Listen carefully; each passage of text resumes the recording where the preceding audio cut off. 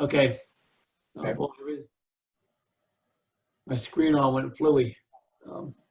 Okay, let's take a list of board members right here, Audrey.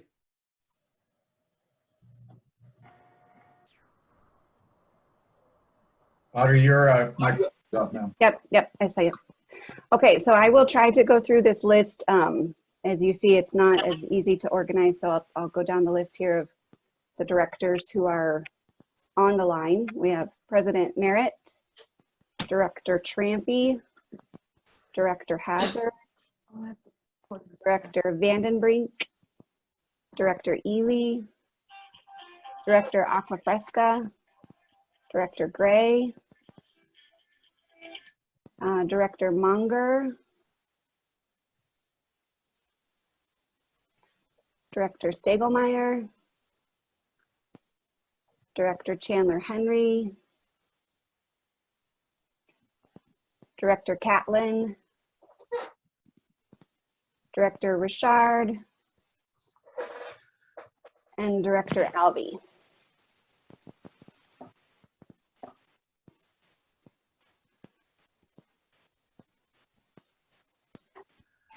Okay.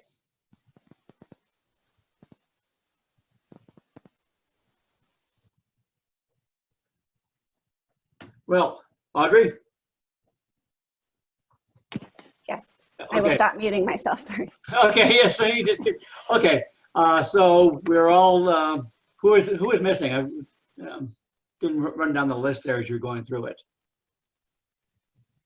Director Winery is missing, and I believe that's all. That's it? Okay, good. Well, thank you, everyone. This is going to be a unusual board meeting, to say the least, and hopefully it's the only one we have to have this way. I'd like to call to order the second regular quarterly board meeting of the Colorado River Water Conservation District. I want to thank everybody for being able to set their schedules and set their tech so that we can do this and continue the needed functions of the district. One of the things I'm going to ask folks to do is to mute your mics when you are not speaking. That way that we can minimize the background noise and everything else. And then there is a hand raise button down at the bottom of your screen. And if you wish to speak, if you hover your cursor over the bottom of the screen, you'll see a little icon to raise your hand. That will then show on my screen as that your hand is raised and you want to talk. And I will try and keep track of folks in order if I can, and see if we can manage it in that fashion. So we're also going to try and have an abbreviated board meeting because of the nature of this. We've had very good staff packets that were sent out about a week and a half ago. And we are going to limit our discussion in the staff packets to essentially, if we have any questions, we aren't going to have a presentation of the entire amount of material in the staff packet. But if you have questions on that, please essentially let me know and we will go into more detail. I guess the first thing on that is, does anybody, we have a few comments here that folks aren't seeing the hand raise button. If you should be able to hover your cursor toward the bottom of the screen, and where you have things such as list of number of participants, chat, share screen, and there should be a hand raise button on there. Can you folks see that? No. It's not there. It's not there? No. That's correct. It's not there.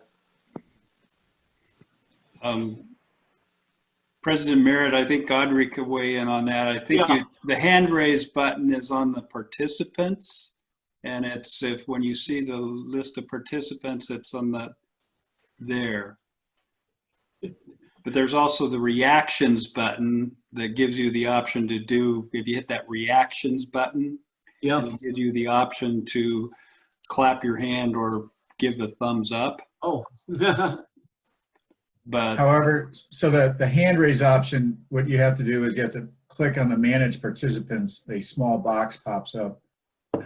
Enlarge that box if you'd like, and it hand raise function on that. I think that's what John is indicating. So it's under that manage participants Yeah. or participants. Yeah, because it does, yeah. Like right there, I raised my hand. It doesn't work for the, essentially raise my hand. So folks, do you see that now? If you pop open that box under participants, and that's where we have the raise hand, the yes, no, go slower, go faster, okay?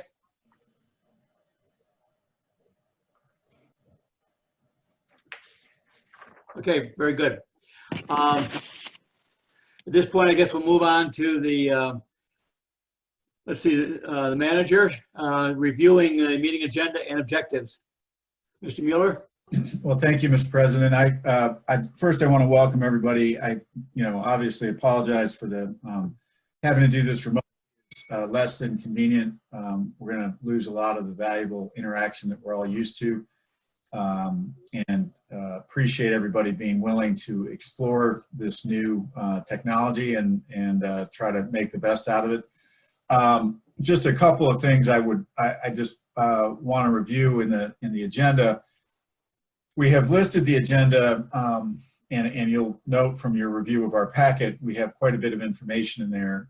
Because this is a Zoom meeting, we are going to do our best to keep this meeting possible. So any item that is listed on the agenda as a informational only item, we are not going to, we don't intend to present on from the staff perspective, and would encourage directors, if they have read through that and they have questions, to contact me or Peter or one of the staff members who wrote the memo to have further dialogue about it.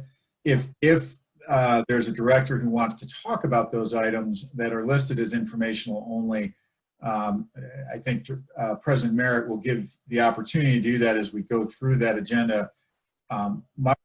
Just keep in mind that the longer the meeting goes, the less effective these meetings are in terms of keeping people's attention and being able to focus on the kind of the important business. We're certainly hopeful that by July we'll have the ability to get back in some fashion in person and have our meetings that way. But we're looking forward to it. We do have, as you'll note, several breaks. We have that are scheduled, 2 10-minute breaks, one in the morning, one in the afternoon, and a 30-minute lunch break. We do apologize, but Lori, the apologist, could not figure out how to get everybody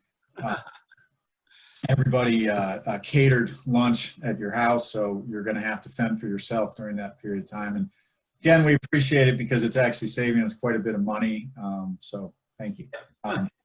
With that, I'll turn it. I don't believe there are any amendments to the agenda. Peter, do you have anything?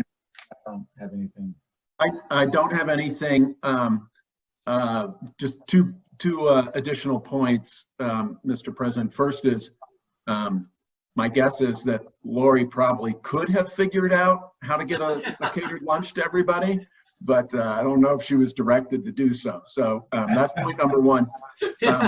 Point number two is, or request number two is that when using the chat function, unless you have no other way to communicate in this meeting, if you could limit the use of the chat function to your technical questions about the Zoom call and not substantive Material River District questions, I think that will help us. I think some folks are having mic issues, and if there's no other way, then we'll have to figure out a way to do that.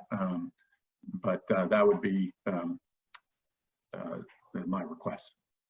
Yeah, the chat function is not recorded at all, so it doesn't have the legality of actually the discussions that we have here.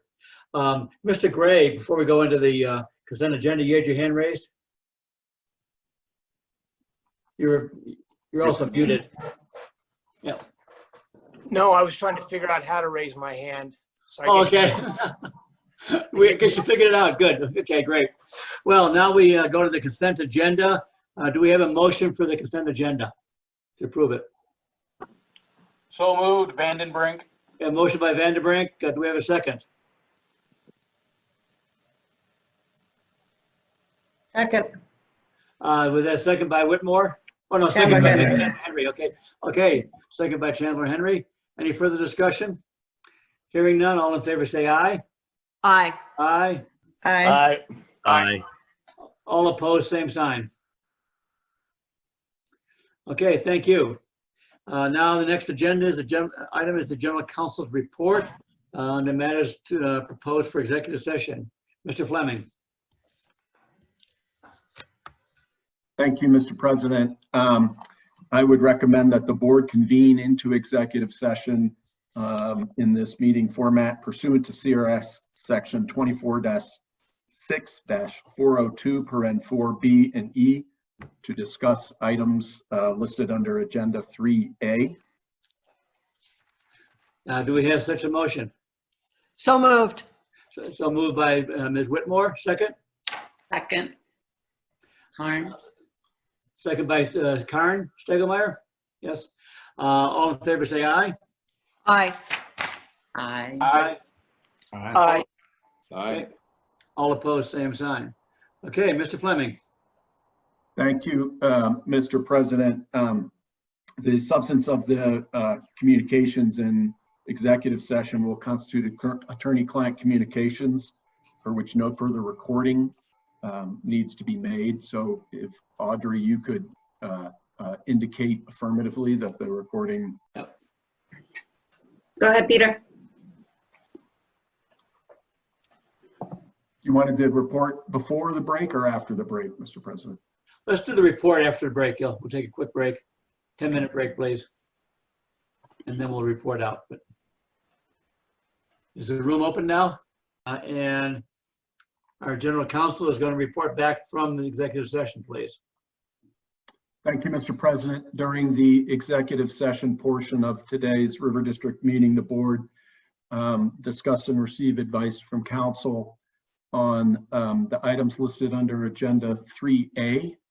And I'd note for the record that President Merritt, you were not present during the discussion of agenda item 3A, Romanet 1.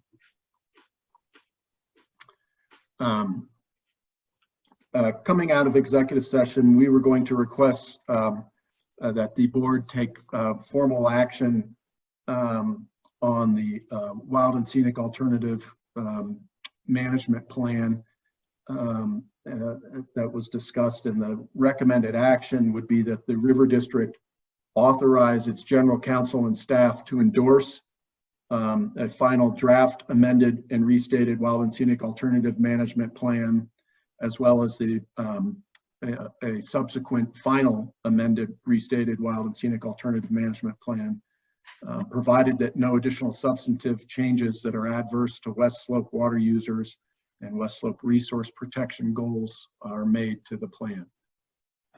Could I have a motion to that extent? Most folks are muted. Could I have somebody? Moved. Staff recommendation. We have a motion for staff recommendation by Ms. Whitmore. Is there a second? Alvey. Second by Director Alvey. Any further discussion? Hearing none, all in favor say aye. Aye. Aye. Aye. Aye. Aye. Aye. All opposed, same sign. Any opposed? Thank you. Mr. Fleming. Thank you, Mr. President. The only item that is teed up for formal action in the general report is a request on page 6 of that report that the board authorize general or council to enter into a stipulation in case number 19 CW 3042 in Water Division 5, the application of Roaring Fork Properties and South Canyon Ranch. In that case was they had claimed River District Water Marketing Supplies as a source of augmentation water. They've since clarified that they will be using a contract through West Divide Water Conservancy District, which uses the same supplies in part, but through West Divide, which is applicable, appropriate under our water marketing program. So that resolves our concerns in that case. The formal recommendation is that you authorize that stipulation. Okay, we have a motion to that extent. So moved. Motion by Ms. Whitmore, second by, Second, Catlin. second by Ms. Catlin. Any further discussion? All in favor, say aye. Aye. Aye. Aye. Aye. Any Aye. opposed? Thank you. Anything else, Mr. Fleming? No, I don't have anything else teed up for action as we're trying to move along with the board meeting, and be happy to entertain questions about anything else in the public report. But don't plan on going into any of that unless there are questions. Okay, the next item is the general manager's report. We have that in our packet. Before we enter into the further presentation by Mr. Mueller, is there anything in particular that board members would like a more comprehensive discussion on in the packet? Otherwise, it's going to be a brief overview of what he has in the packet. If I may, actually, just to clarify, President Merritt, the items that are marked, that are not marked informational only, are items I do plan to discuss and, Yep. and receive at least direction, if not action on. The other items that are informational only under the manager's report, that's item E through K. Unless there's a director who'd like to hear or talk about specific items there, we would just ask that directors read it, and if they have questions for me or other staff members, feel free to reach out to us in the effort of trying to keep this meeting so that we can keep everybody's attention as we move forward. A through D are the items for discussion. A through E, yes. A through D, excuse me. Yep. Okay, so if I, Jump in, yep. okay, if I may, so the board will recall that in January, based upon studies that we've been doing at the staff level, I made a recommendation to this board to consider going to the voters for approval for a tax increase to allow our taxing authority to increase from 0.252 mils to a 0.5 mil throughout the district. The board directed and asked that I and other staff seek additional information and interact with constituents to gather information, and I know many board members were doing the same. We have done that, and I think probably I would say, as reflected in my memo, we had met with, prior to the coronavirus, we met with 5 out of the 15 boards of county commissioners, and had others scheduled, but had to either delay or cancel those entirely due to the stay-at-home order. I want to say at the outset of this discussion that I recognize that the changes to our economy that have occurred over the last 6 weeks are devastating to the economies of the Western Slope, to our private businesses and our folks in almost every industry throughout the Western Slope, and the large number of unemployment claims that have been filed within the district are staggering. The number of restaurants and other retail businesses that have been closed are absolutely incredible. The impact, related impact to the oil and gas industry has been tremendous. The impact to the recreation community has also been extreme. So we, you know, I would say I recognize that we are in a different environment than we were 3 months ago, or at least than I recognize that we were going to be. And what because this situation is developing on a daily, if not weekly, or weekly, if not daily basis, I would ask that the board entertain some discussion today, get some more information that we have ready to present to you and discuss, give me direction on an interim basis, but that the board not take action on this item and potentially not until July or later even, Well, be what happens with our local economy. I think we need to respect what's going on out in the world for folks in their private businesses and those who have been laid off and the impacts. And so I would encourage the board to listen to our information and think about it.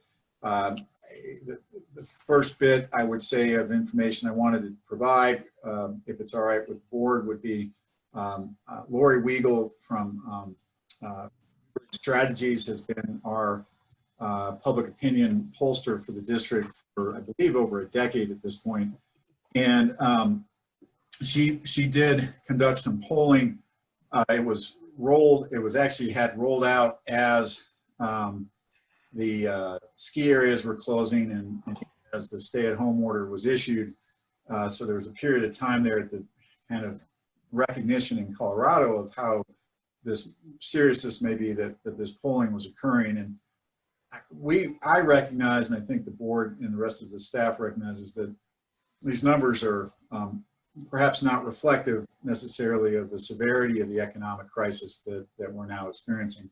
Nonetheless, I think Lori's polling is really informative in terms of the importance of our mission and the effectiveness of our messaging and the structure of the ballot question, all those things that I think are really important for the district going forward. And I'm going to be an optimist because I'm going to say, when the economy gets back on its feet and when the West Slope is humming again, we need to understand how this district can best protect Western Slope water and what we can do. And I think Lori's got some insight for us all. She's going to, with the board's permission, present a PowerPoint via Zoom here and walk us through this discussion. I think Lori is just popping up on camera there. Lori, welcome, and thank you for coming into the meeting. Thank you. I'll turn it over to you at this point. Okay, thanks so much. And I think we're going to show some of the graphics. Yes, thank you, Audrey. Appreciate that. So that'll help us highlight. I often, for a long time, I've told people that I gave a survey presentation in Eagle County once. It was actually on September 11th. The September 11th. I said, so that was always my benchmark of how quickly things can change. So, this might be my new benchmark because we were, if you go to the next slide for me, I'm gonna have to close off this so I can see. So we were conducting the interviews March 13th through 19th. So rolling sort of, and I'll show one slide where we can kind of see a sort of midpoint in terms of any shifts, because we were looking at this on sort of a daily basis to see if attitudes were changing. It's hard to say. We're seeing obviously more and more economic concerns. So this is very much a snapshot in time, but I do think some of the underlying dynamics here are unlikely to potentially have changed. So it's still worth consideration. Obviously, we were interviewing people that are, these are registered voters that are likely to participate in the November 2020 election.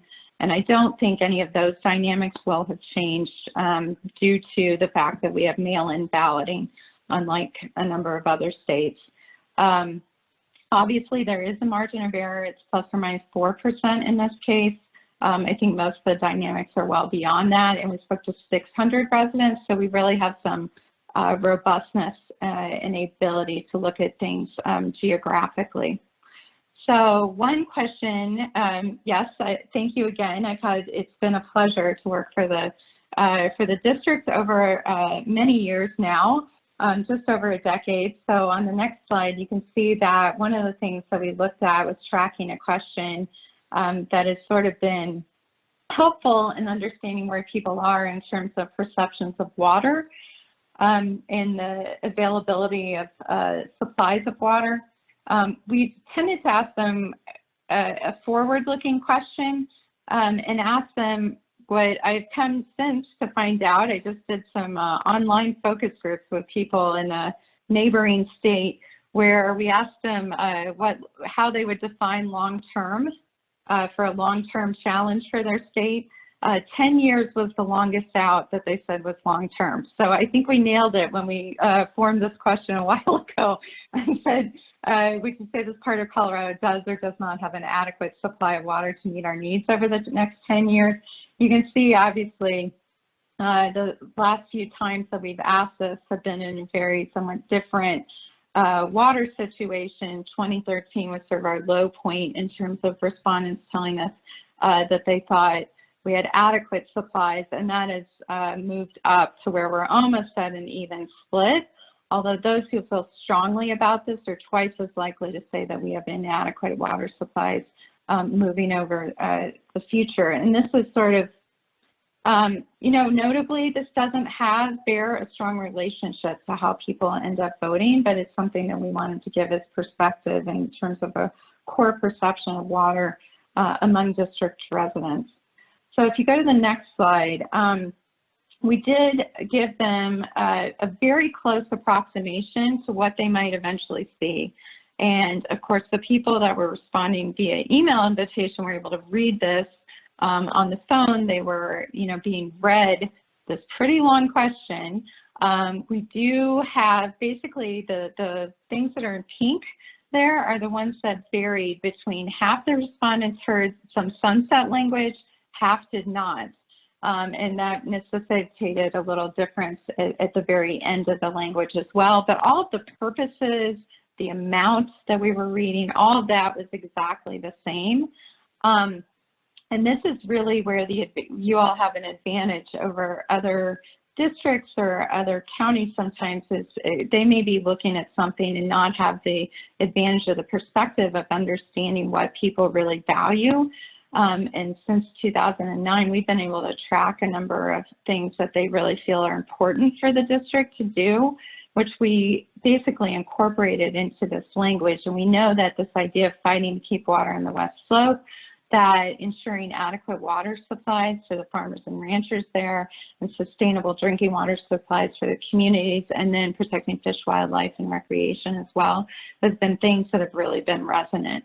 So again, they heard this ballot language. On the next slide, you can see they were asked, if the election were being held today, would you vote yes or vote no?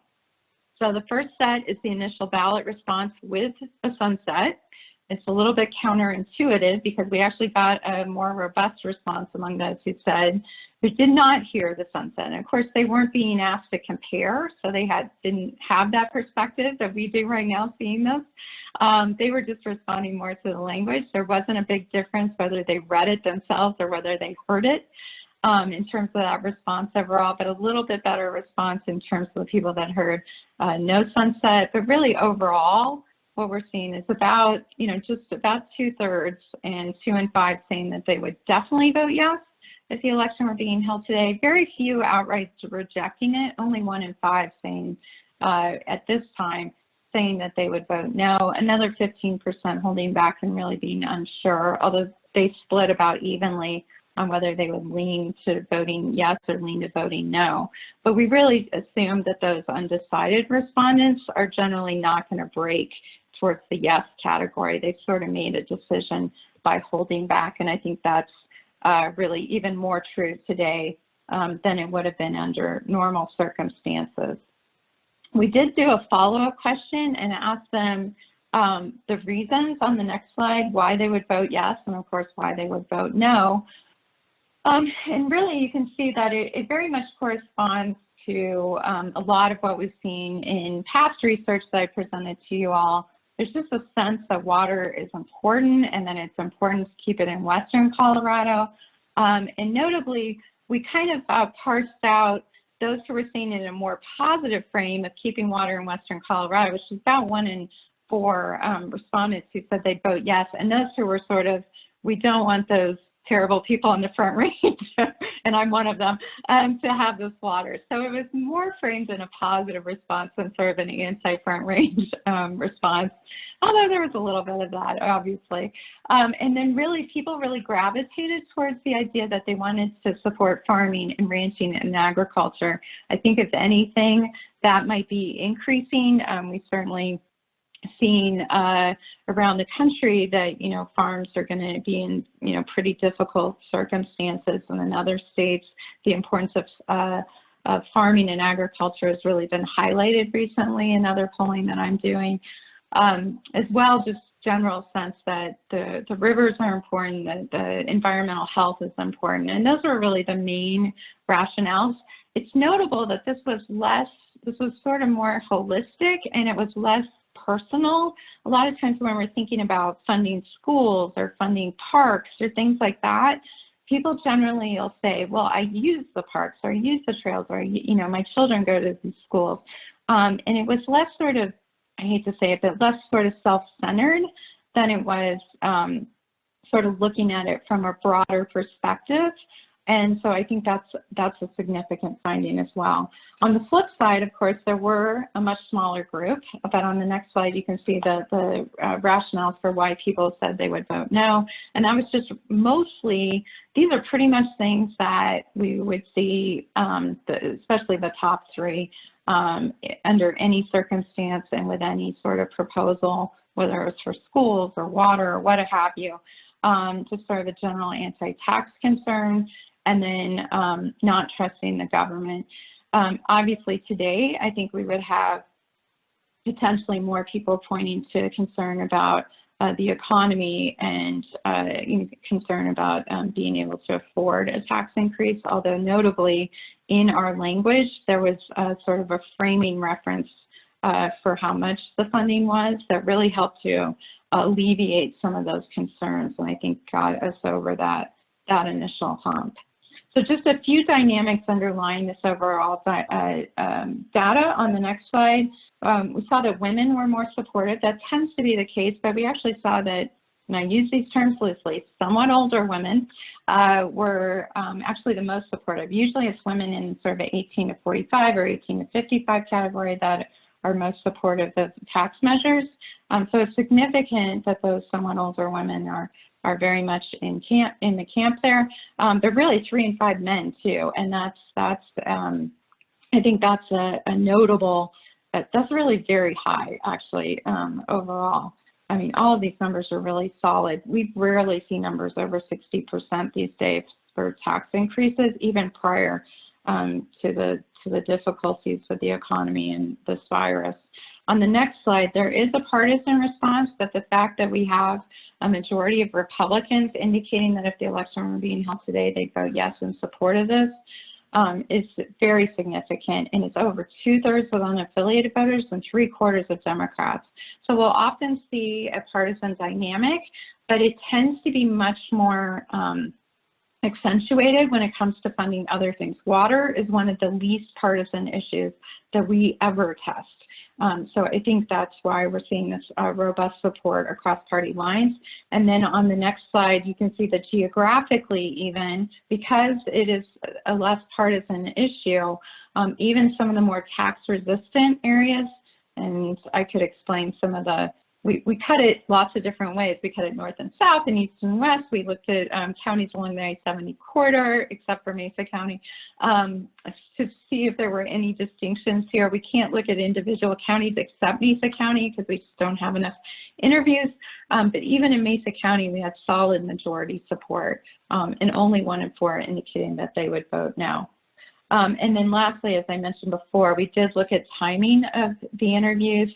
On the next slide, here we go. And really, these are within margin of error. So overall, we were, just a slight tick up from what happened on March 17th through 19th. That doesn't mean that this may have taken another dip, but it certainly does indicate that even as people were sort of recognizing some of the difficulties, that it wasn't just, flattening out completely. In terms of support levels. So on the next slide, one of the things that we've also looked at last year and then again this year is just confidence in the River District to handle the taxpayer money wisely. That tends to be an important question, as we'll see on the next slide, but 2/3 are indicating overall confidence. Only 15% were saying that they were very confident, but that's pretty common. People aren't just overwhelmingly familiar with all that you all do. And so, but you know, they're erring on the side that they feel confident that you all would spend the money wisely. And I think on the next slide, we show that there's a very strong relationship to how, you know, how willing they are to part with their hard-earned dollars and vote yes in support of this if they do have that overall confidence. Those who were not confident in the districts were by a 2-to-1 margin voting against it. Now, part of the reason that we see this significant support, I very much believe, is due to the ballot language. If you go to the next slide and what we said the funding would go to, we tested just to, you know, check, have another check on it. We tested a number of different potential ways that funding could be used if voters approve the proposal. And we asked them for each one of them, tell us, is that extremely important, very important, somewhat important, or not important to you that funding is dedicated to that purpose? The first column there combines the extremely and very important. And I will tell you, there are lots of things where we're trying to get it 35%. We're considering 35% extremely or very important to be a strong number. All of these are so far above that mark that I think that leads to this fairly positive response. And so even if, you know, obviously people don't like paying taxes, but this is a fairly minimal cost impact, and they are telling us that all of these are personally important to them. Obviously, there's a range here. There's almost 30 points in distinction, but drinking water, keeping water on the West Slope, protecting our farmers and ranchers, you know, all of these are things that resonate so overwhelmingly that I would hope and think and expect, really not hope, but expect that those are things that are going to be a little less resistant to peeling off in terms of support. On the next slide, we did simulate some pros and cons. I just want to show you real quick. Oh, sorry. We also tested the sunset, specifically asking people if they'd be more likely or less likely, or would it make no difference if the tax automatically ends or sunsets in 10 years. I'll tell you, this is a pretty typical response where people are likely to say no difference, but what we see here is some of the groups that were a little less gung-ho on supporting the measure overall, sort of long-term residents, Republicans, those who are relying on the farm economy, for example, they were more likely to feel better about it if it did sunset in 10 years. And we often see, obviously, that tax increases tend to do fairly well. Tax increases do better when they have a sunset, but what's important about it is that you can go back to the voters in 5 years or 6 years, hopefully in a better economic time, and be able to say, you know, without raising taxes, can we continue to fund this at the current rates? And those thus far, I don't know of a single one statewide that has not passed in terms of tax continuations when they use that without raising taxes language. So I tend to err on saying include it, even though the data, you know, it's still a net positive, and it's a positive with some pretty important subgroups. Sorry, next slide. Thank you. This is one I was about to talk about. We did simulate some of the pros and cons, and we gave respondents some different reasons why someone might want to support this proposal. Again, sort of 30 to 35% is usually what we're considering to be a very compelling rationale that could stand on its own if it was being communicated by, obviously, an eventual campaign that might take this over. But, you know, you can just see some of the same themes that I've been talking about in terms of the importance of ag that people place, you know, squarely on this. Secondly, that on drinking water. And then, you know, one that may obviously have fallen out of the ranks here is, you know, the impacts of growth. People may not be as concerned about growth today as they were back then, but, you know, all of these are really, really strong and solid rationales in support of this proposal and about 15 points higher than our threshold. So on the next slide, we did look at arguments against the proposal as well. The only one that tended to resonate strongly was the one where we asked about if it was a permanent tax increase. So this would again speak to the sunset concept. Again, that one sort of was in that 30 to 35% very convincing range as a reason to vote no against the proposal. And so that again would lead me to consider a sunset as being a fairly compelling point. I know it creates a little bit more work and a little bit more tax uncertainty, but I think, you know, were this to move forward, I think this would be a wise choice. And then finally, having heard all of this, we asked respondents to tell us on the next slide, if the election were being held today, how would they respond? Again, it was overall, it was at 65% on our initial test. We clarified the cost impact, that's that one in the middle there, and you can see it went up slightly, but really sort of holds within the margin of error of that 65% throughout. The intensity stays a little bit stronger towards the end in terms of 42% saying they definitely vote yes. But even after hearing pros and cons, they did not, you know, the support did not diminish. So overall, on the next slide, I think what we saw was really that, first of all, residents trust the district to manage these funds wisely, and that's always the key and crucial. If you don't have that, you know, if they don't trust the government entity that's asking for their funds, they won't vote yes. So that gets met.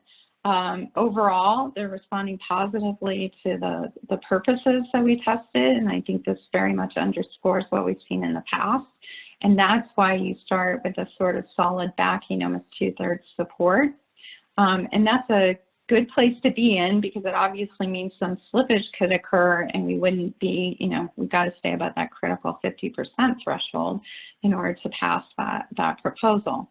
The question over a sunset or not, you know, overall, they weren't saying that they would be way more likely to vote for it, but some important subgroups, you know, did respond to that more than others. And then clearly the downturn in the economy is sort of our big question mark. We don't know exactly how much support would get reduced due to that, but at the same time, we're dealing with a presidential election that, at least in Colorado, should remain sort of status quo in terms of people actually participating and voting.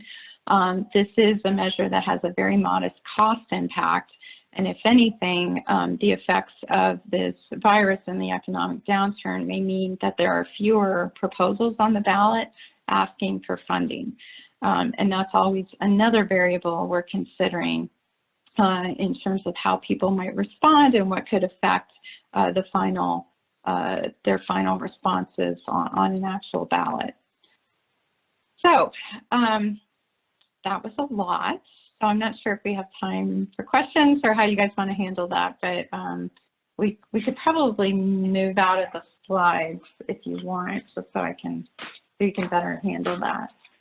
All right. Well, Lori, I very much appreciate that presentation. I do think we had scheduled some time for the board to ask you some questions. And if I could just start out, the one question that I think I had when I saw the numbers in this one is that they were significantly higher than last year when we pulled a non-tax increase question, and specifically a Gallagher amendment question, or Gallagher de-Gallaghering, if you will, language. And I'm just curious if you could explain to the board why you think that difference shows up and why a tax increase would actually appear to pull higher this year.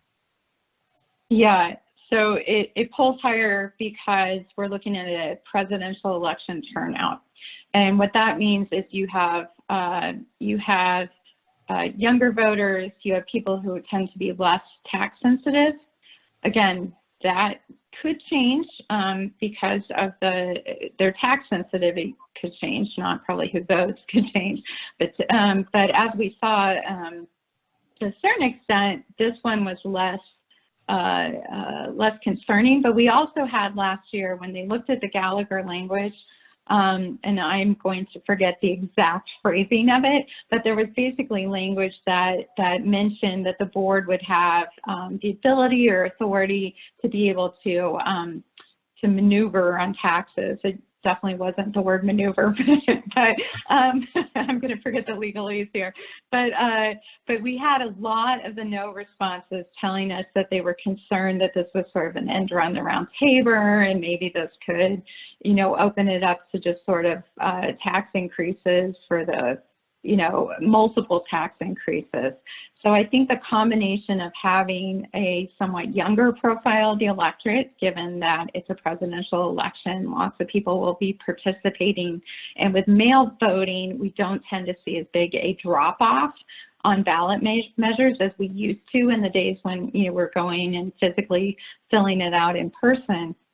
And so that tends to increase support for tax increases because of that younger profile of the electorate. But also, I think this is a little bit more straightforward. And, you know, we kind of saw this on one of the statewide measures that tried to sort of ask voters without increasing taxes, but then saying, oh, but we want to keep your money for the foreseeable future. And people, you know, were responding negatively. That lost handily. But I think that we're seeing those two dynamics account for the pretty different response in terms of the vote here. Thank you. Mr. Vanderbrink, I see you have a question. You need to unmute yourself. I think I did, didn't I? Well, now you have, yeah. Oh, now you There we did. go. Is this able to be shared? Can we have this emailed to the board, please? We will do that. Or we not? Thank you. That's all I had. Thank you. Okay. We have other questions. Go on, Ms. Stegelmeyer. Hi, Lori. Hi, how are you? Good to see you. Good to see you I had a too. question regarding the small amount of tax for a person to pay. Seems like a significant part of this. Was that included in the questioning? Just how little it is, $1.90 per 100,000? Yeah, it was. I may have to get my glasses out to read what I printed out, but it was the, yeah, we had in there, it's approximately, I think it was $1.90 for every $100,000 in residential home value. And that was able to be included in the ballot language. So I think that is a significant, and we usually do it by $100,000 in home value because then people, obviously we've got very different counties and very different dynamics in terms of home values and within this district.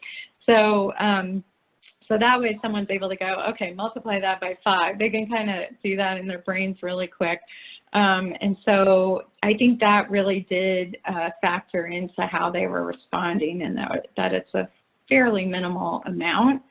You know, we used to see, prior to 2008, we used to see that including that kind of language actually hurt a ballot measure because it focused people more on the amounts that they were paying and rather than like what they're getting in return in terms of the purposes.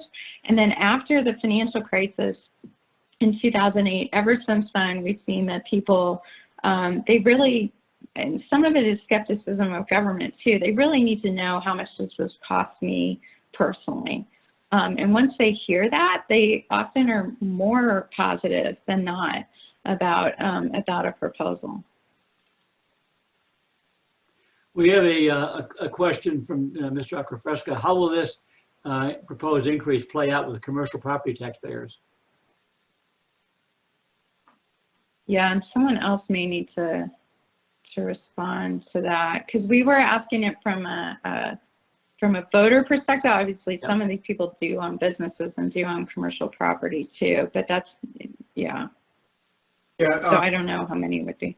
I don't have those numbers exactly, Steve, but I can certainly get those and send them out to the board. It obviously is a bigger impact per $100,000 in value because of that residential assessment ratio imposed by Gallagher. So yeah, significantly higher. Anybody else wish to raise their hand and ask questions on this?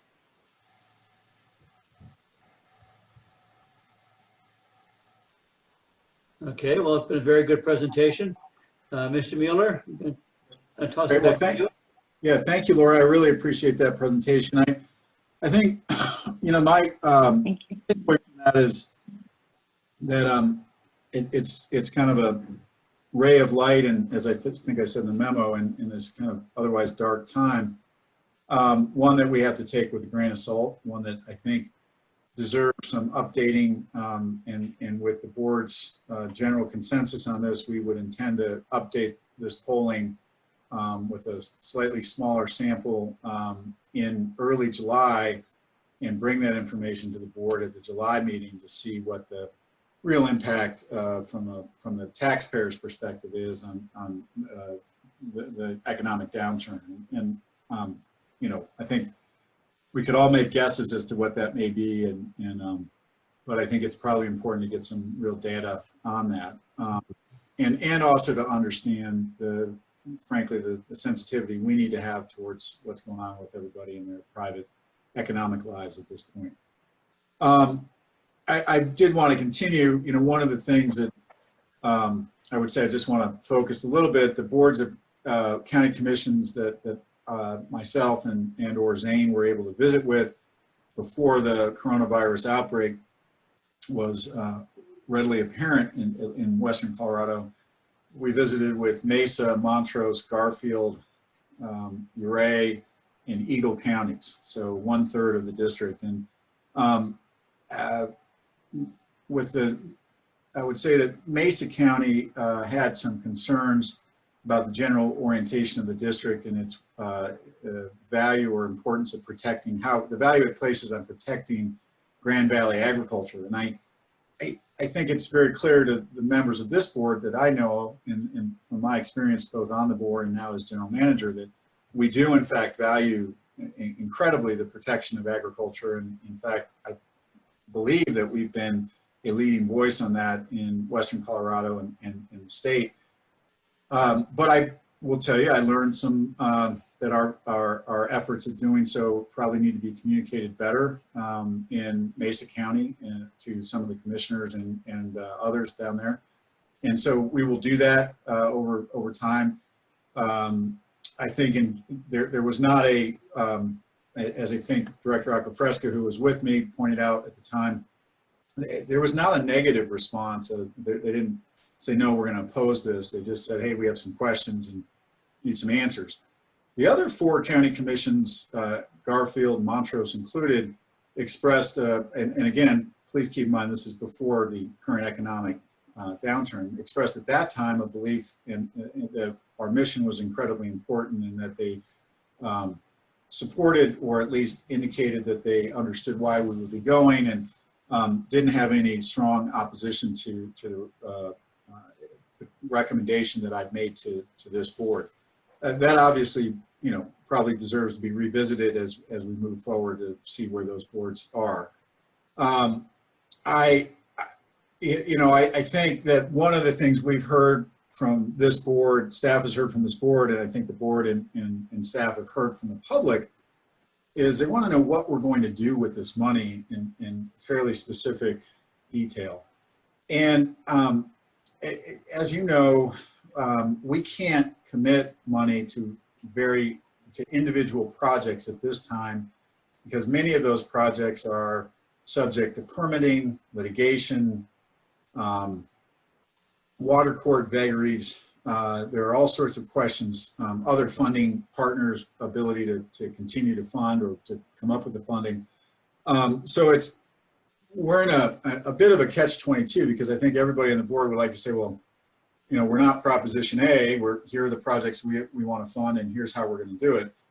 We're not in the position to be able to do that. So I put together the fiscal implementation plan that explains that at least from what I've heard from this board and developed it with the staff support, that we would intend to spend about 86% of this revenue, close to $4.2 million a year, in partnerships developing water resource projects on the western slope, and that they would fit within the buckets identified in my implementation plan, or in our implementation plan. And again, it's a criteria under which this board would use to evaluate requests for funding these partnerships.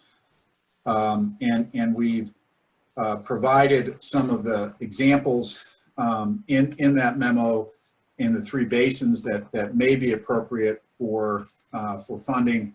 And I want to stress maybe, one of the things that I think one of our staff members already pointed out since I sent that out is it's important to point out that just because they're listed as examples doesn't mean they have any priority over anybody else's projects. That's not what we intend to do. It's just representative projects that this district believes or may believe hit multiple use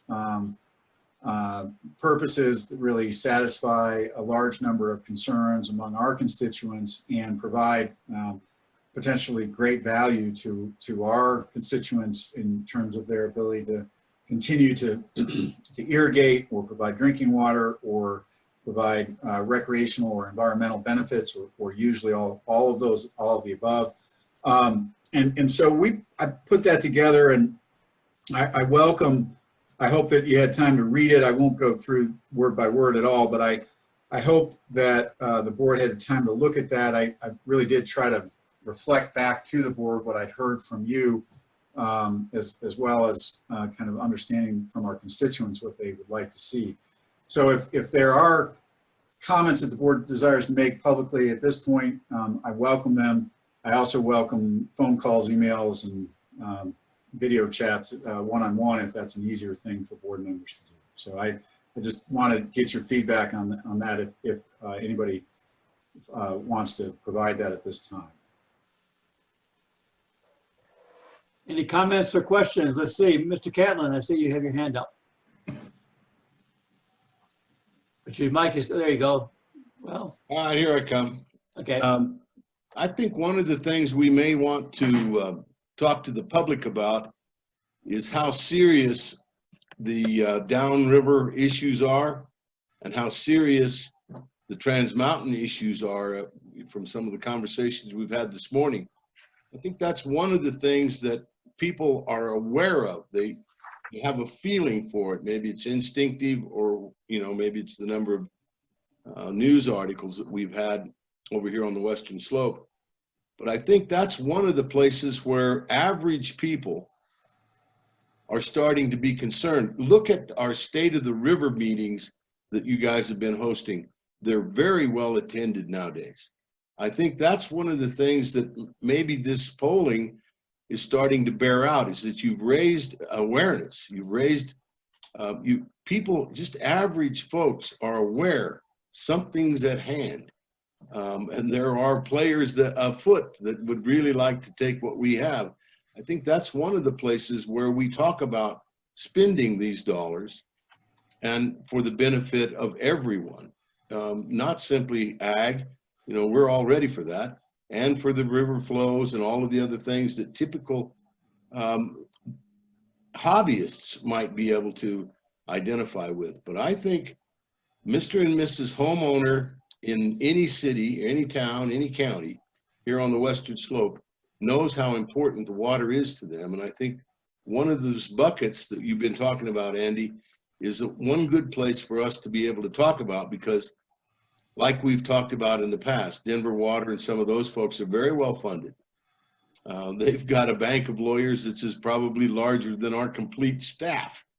So we need to be able to compete on a level playing field, and that's probably what our future is going to be, is that we are going to fight very hard to keep what we have and to keep from becoming an augmentation source for anybody else that wants to use water in a way other than what our water rights are stated for. So I would encourage us to be talking about that if and when we decide we're going to go out to the voter.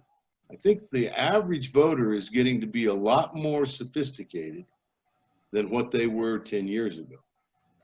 Just by looking at the way we responded to our State of the River, that's a pretty good indication somebody's done a very good job of raising awareness, and that's you guys. So I think we capitalize on that. Thank you. Well, if I can, President Mayor, just respond real quickly to Director Catlin, I want to say you point out an excellent point. I think our external affairs team and the rest of staff who've been helping them have really done a great job over the years, but recently really ramping up our communication in all the arenas available.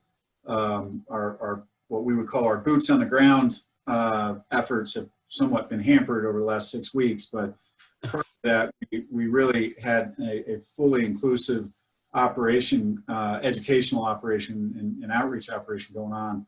I will just say I think it's critical that we continue to fight to protect West Slope water. And that's really, as we all saw in Lori's polling, is one of the consistently highest polling items. Interestingly enough, when we phrase it in terms of specifically protecting big river issues or protecting the river from the lower basin, we lose a lot of general voters, a lot of the not the state of the river folks who show up, but everybody else seems to not really understand the importance of that. And so really one of the things that so if you think about it, this plan in the first several pages identifies exactly what we would do with about 86% of the revenue. The other 14% goes to continue to pay our staff and balance the enterprise burden in there. And that's really where we do our protection work. And I think it's really important to recognize that that's a vital part of this, because without that additional 14%, I think you've all seen our projections that our team has put together. It is likely that I will be in the unfortunate situation a few years from now, cutting additional staff positions every 2 or 3 years if we don't fix this. So that's why that additional 14% is so essential to our key mission. And I agree with you, Mr. Catlin. I think we probably need to emphasize that a little bit more in this implementation plan. So good point. Well, One of the things that I think we have I'm not sure how we address this, but we talk about projects in this plan, and the term projects, broadly includes Healthy River programs, as well as improvement of a canal or ditch or a reservoir. And we need to be able to communicate the fact that a project doesn't necessarily mean going out with a D9 and doing something. Right. Correct, President Mary, and we actually have Healthy River projects listed as one of the 5 categories. Yeah, I know that they're listed there, but sometimes folks don't get down to that list, and somehow we need to make sure that it's not just the the D9 out there, but there's a lot more soft stuff that can be involved with this too, to get that broader acceptance. Any other board members have comments or they want to make? Mr. Albee, waving your finger. I don't see your. I can't do the electronic hand raise, so. Okay. So I agree with Director Catlin. I think we probably don't want to tie our hands too completely to projects. There are other things besides projects that the River District is going to have to respond to, and by committing a % or by indicating that's where all the proceeds are going to go, I think we may limit ourselves and fundamentally change what the River District is and turn it into just a grant processing organization. I think we need to be careful about that. I wonder if we can use that overused term IPPs, the Identified Projects and Processes or something. I think most people in the world don't have any idea what an IPP is. So. Peter did earlier today, so I still don't understand it. So. I know. Any other board members waving fingers or putting their hand up there? Mr. Munger, you need to unmute yourself. Thank you. Yeah. Yeah, thank you, Mr. Chair. So I got a couple comments. I'll keep it short. So we've been bleeding to death here. So I think with revenues, when we got to step up here and do something and moving, and I'm very positive and actually think that the results that Lori has presented to us are actually better than I thought they were before. So I think we need to use the moment and get after it here shortly. I appreciate the presidential election discussion, and I think we need to stop the downward slide, and we need to start getting some money and becoming relevant. I'm very interested in how our executive team is looking at the process and how we can help the process move along here, Andy and Peter and all of you guys, and so we can come up with something and move forward. And I've been prepping Andy a little bit about that all along. In fact, when he met with us virtually, I had asked him, Routt County, as to what do we need to do? Let's get after it and do it. I think now's the time we need to move on with that. So you know, I agree with the comment also that I don't want the ballot language to tie our hands terribly bad. We want to make predictability to our voters, but at the same point in time, when we're voting in something that might change a little bit in the next coming years, we want to make sure the board has the ability to react to those comments as well. And you know, and the last comment I'd make is that the comment about the sunset, actually, I didn't think that we ought to do a sunset, but I think after listening to Lori's presentation, maybe a sunset would be good on this. And again, if we do a good job and we hold up our end of the bargain with our voters, that the thing would be approved again. So, and my last question is that, and I'm talked here way too much already, but are we going to be talking about one question, or are we going to be talking about two? If I may, President Merritt, I can answer that. We've designed it to be one question, Director Monger, so that it's a simple question. And our legal counsel that was retained for this purpose has indicated that we are allowed to do that. I appreciate what you're saying about not tying our hands, and we can look at that. I think there's a balance between specificity and making sure our electorate knows what we're committed to, and that's really pretty critical, as has already been shown by some of these comments that from your fellow directors. I really I do think that it's appropriate, at whether this board goes this year or puts it off for another year. I think it's appropriate for the board to form an election committee, or members of the board, if they chose to do that, an actual campaign group. And I think that, you know, not necessarily an appropriate thing for staff in a paid position to be organizing, obviously, but certainly I think that's probably critical as the board moves forward. You know, we can educate and reach out and make sure people understand what the district is doing and why. I think whether or not people vote for a measure is not something that I, as a paid staff member, can weigh in on. And so that there's a distinction there that I think is important. I don't mean to speak on behalf of the general counsel, but that, I believe, is our position at the senior management level. It's always been the way it is. I mean, if this is going to go forward, the board is going to have to be, you know, behind it from a personal standpoint and from a financial standpoint. We'll have to get, you know, we'll have to get a broad group base of support to do this in a short time frame. So, but I understand the staff has to just be out there with unbiased information. We need to keep it that way. Are there any other board comments at this point? Yeah, okay, there's that hand up there from Delta County again. Just a quick question. What's the drop dead date for the county clerks to get ballot items on the ballot? It's at the end of August, I believe August 26th, right around there this year. And so we would put up a, I mean, potentially this board could decide to have a special meeting in August to vote on that if they wanted to, or do so in July. But that is there is a drop dead point in there. There are some soft deadlines that are rolling up right now in terms of just notifying clerks that we may be putting something on the ballot, and we are actually notifying that we may do that. That doesn't commit this district or this board to doing anything or spending any money, but it is something that we just need to do to follow the process. Mm-hmm.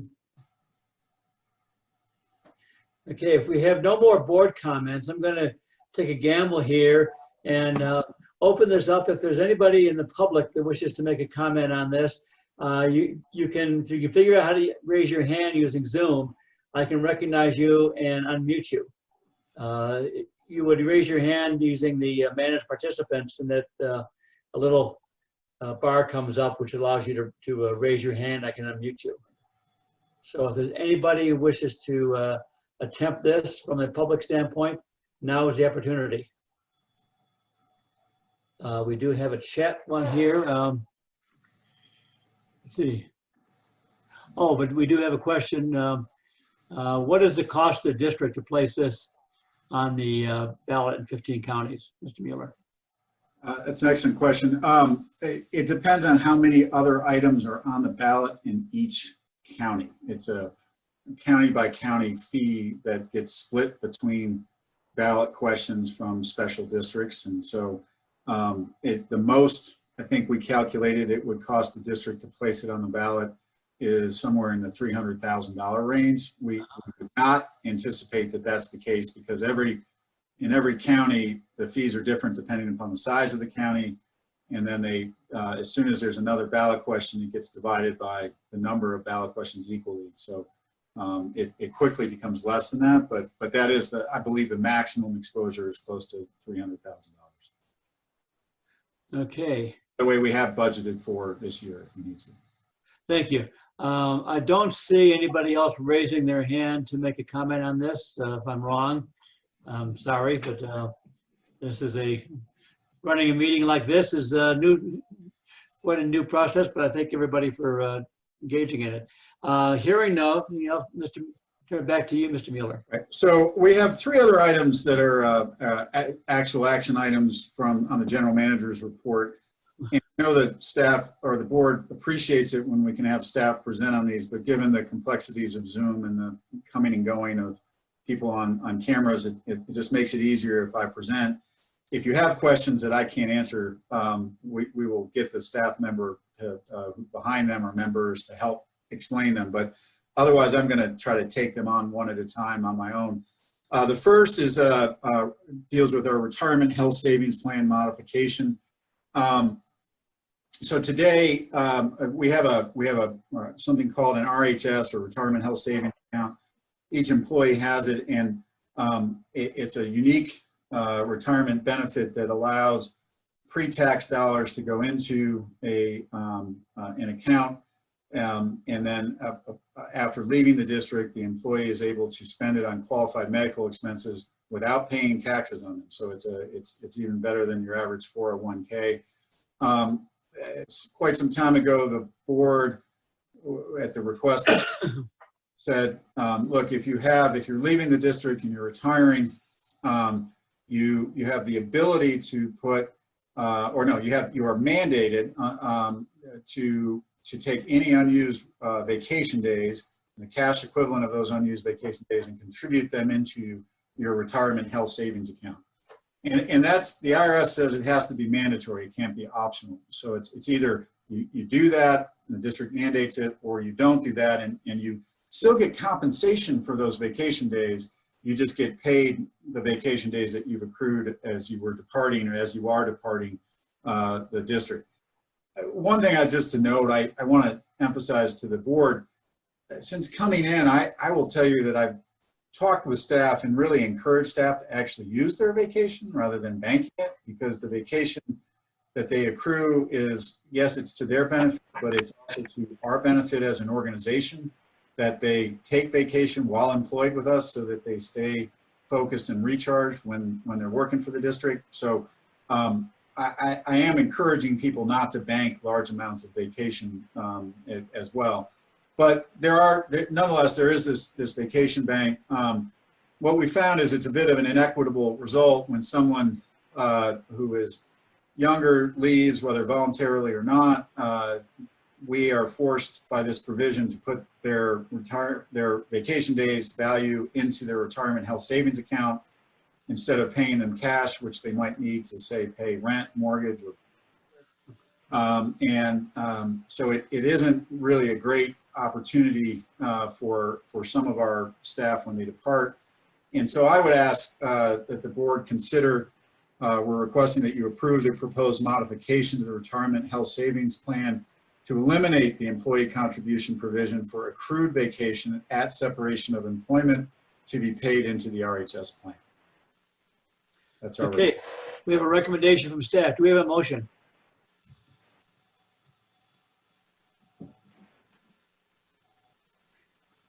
I'll make that motion. We have a motion by Second. Director Steigemeier, a second by Second, Director Whitmore. Whitmore. Do we have any further discussion? Hearing none. All in favor, say aye. Aye. Aye. Aye. Aye. Any opposed? None opposed? Thank you. Motion passes. Okay, excellent. Thank you very much. The next item on the agenda is a request for approval of a water conservation plan pursuant to 3792-1032 and 305-3C2A. If you remember, it's Senate Bill 1319 that basically allows for conservation plans to, if someone is conserving water use for under a specific type of plan that's been approved by a conservation district, their non-use of the water does not count towards abandonment of the water right. And there are some other limitations on that that aren't particularly relevant here. But since 2013, we've approved 8 other projects where we've actually agreed to be the sponsor. This particular project is, and by the way, staff, as mentioned in John's memo, the board actually referred this matter to staff and said staff has the ability to approve these. John, Peter, myself, and Audrey talked about this and thought, this is a fairly large project. It's about 1,100 acres, a little more than that, involved in part season fallowing or full season fallowing in the upper Colorado. It's a project that involves a wide variety of irrigators, or I should say a fair number of irrigators and a wide variety of support from the community. It's an attempt to develop science in high mountain grass fallowing to understand what does or does not work, what the long-term damage may or may not be to grass crops for both partial season and full season fallowing. And just as importantly, if that fallowing were to occur, is there actually a consumptive use savings that's developed and available for some form of credit?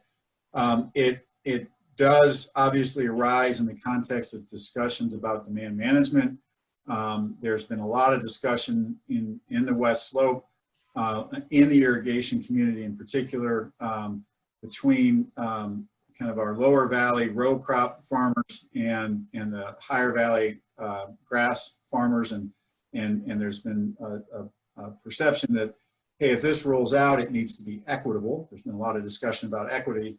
And the question is, can grass pastures actually participate in a program like this without causing long-term damage or significant damage? What would that look like?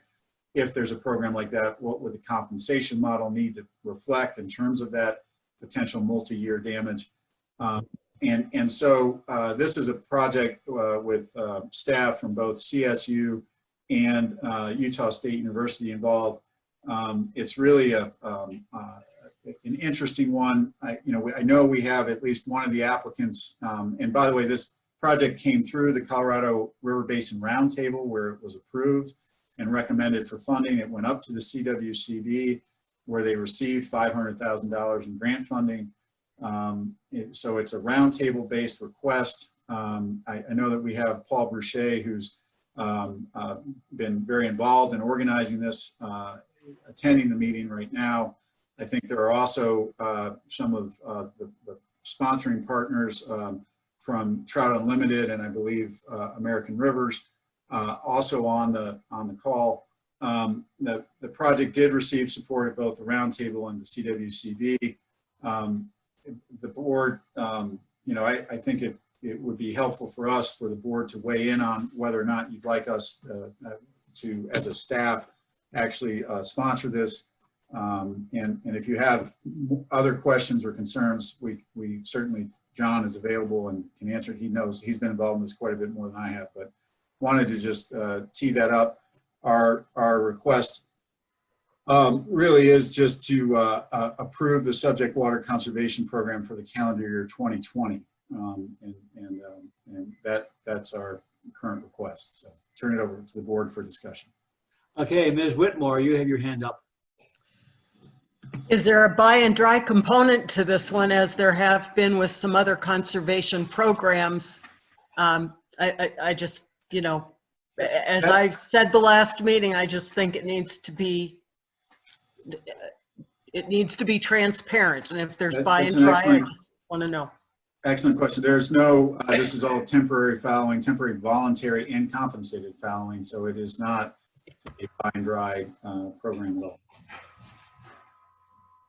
I do have a comment that I put in the chat box here. There needs to be a soil erosion measurement component to the project. And that also the issue when the irrigation water is returned to the field the following year, you know, how would that be taken into account if you have essentially re-wetting of that from a deficit and, you know, siltation. So, Director Merritt, are you able to identify the origin? yes, of the comments? that's Mr. Aquafresca. Yes. Okay, if you could, just so that we have that for the record. Yep. Okay. Yep.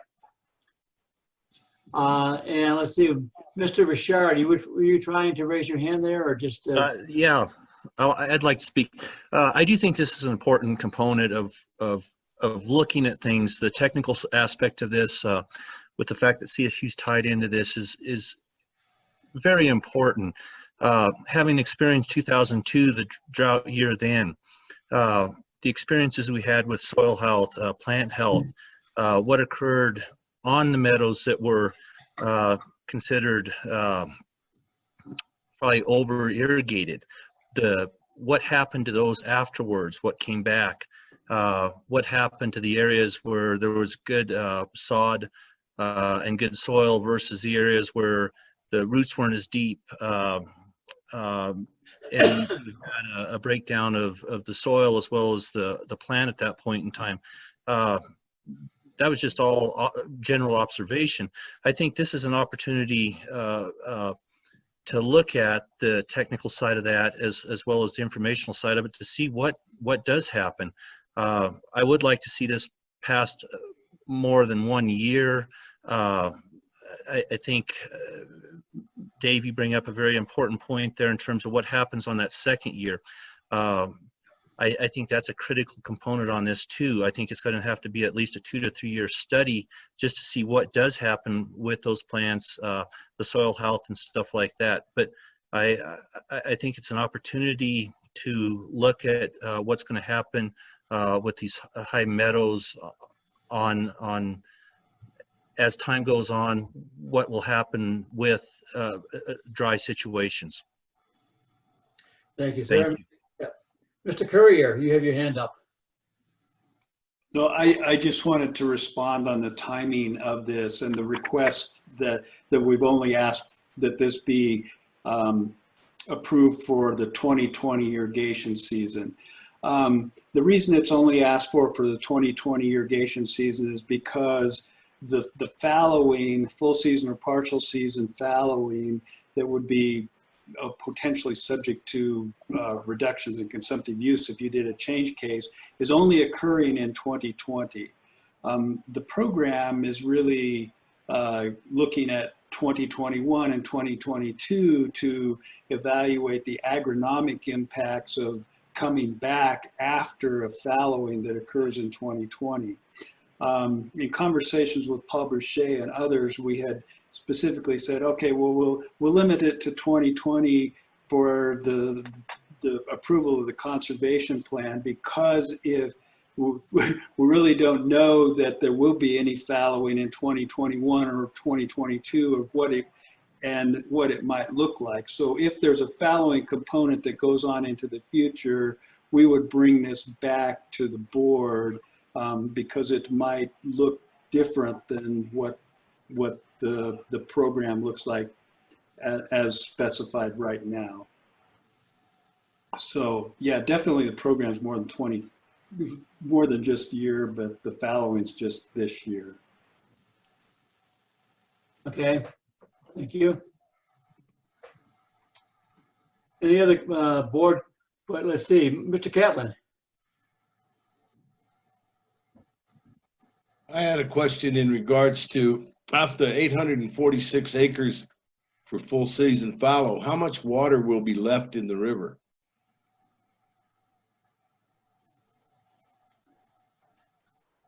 John, do you have a? Well, that's something that we want to work on. I mean, the focus of the program is on field agronomics, but part of the water use occurs where reductions in irrigation are going to accrue to Williams Fork Reservoir, Denver's Williams Fork Reservoir, and a bunch of the acreages above Wolford Mountain Reservoir. So one of the things we want to work with the participants here is to measure that water back into Williams Fork or into Wolford Mountain as we can, and then work in conjunction with Denver Water and others to use that water for as best we can in the river system. So basically retime it. So I can't tell you exactly how much water will be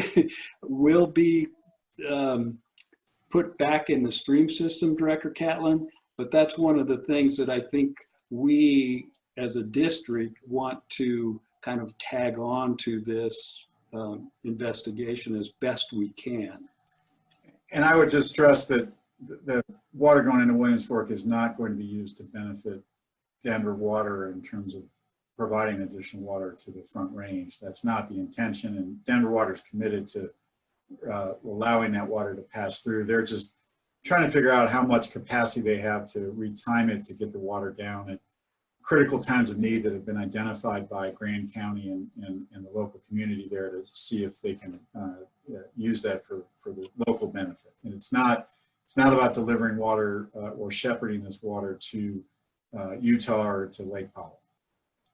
I appreciate that. What I was getting at is that 846 acres of ground up in your country must be a senior water right. I'm sure that somebody has an idea as to how much water will be total to be counted, to be retimed, all those kind of things. My question was simply, how much water does that ranch have allocated to it, so that we have an idea as to how much water we're talking about in this conservation plan?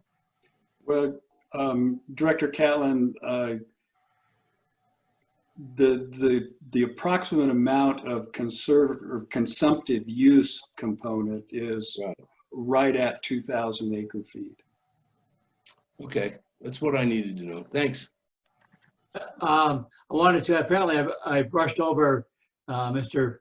Kafreska's comments. I think the part one that I really passed over here was his concern about siltation, and was also Perry Cabot was concerned with this too. Siltation in our waterways is a very real threat, especially when cover plants are reduced or eliminated from the soil surface. So any potential siltation on this that would come off, we need to be aware of that. So that was a concern. And how much work will be required to do, John, in terms of retiming this water that would have been coming into Wolford or is coming into Wolford from Cache Creek and Red Dirt Creek? Well, very little. I think it's just going to happen in the context of our normal river operations. And so I don't anticipate that this is going to require significant river district staff time, President Merritt. Okay. Okay. Thank you. Any other board comments they want to make on this?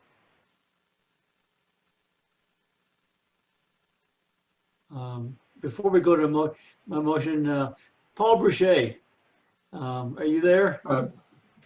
Karen has her hand up. Oh, I'm sorry. Sorry, I missed it. I looked down and you put your hand up there. Sorry, Karen. Yep. Well, that was good timing.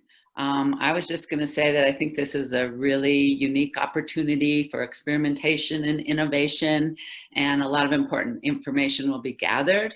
And mostly kudos to all the organizing of many people, but especially Paul Boucher.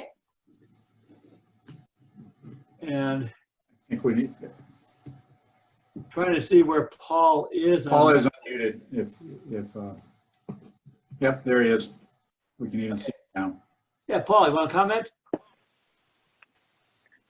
Yeah, thanks, President Merritt and directors. I appreciate being involved in this today and appreciate your time. And to all staff, I think that John answered many of the questions well. The total projected conserved consumptive use is right around 2,000 acre feet. The soil health questions, we're working very closely with the two different state universities, and specific to Colorado State Universities. Dr. Joe Brummer will be very heavily involved and engaged in this. The contracts out to the producers, while the fallow and the conservation plan is a 1-year time frame. The contracts with each producer are actually 4-year contracts that extend through 2023 that allow the contracting entity, Trout Unlimited, and their agents access to the land to continue to do residual evaluation to the fields, forage type soils, all of the above. I have personally found this whole experience to be mind-blowing, fascinating. I think that a portion of that might be COVID-19 related, as some more of this workload came on my plate than was anticipated.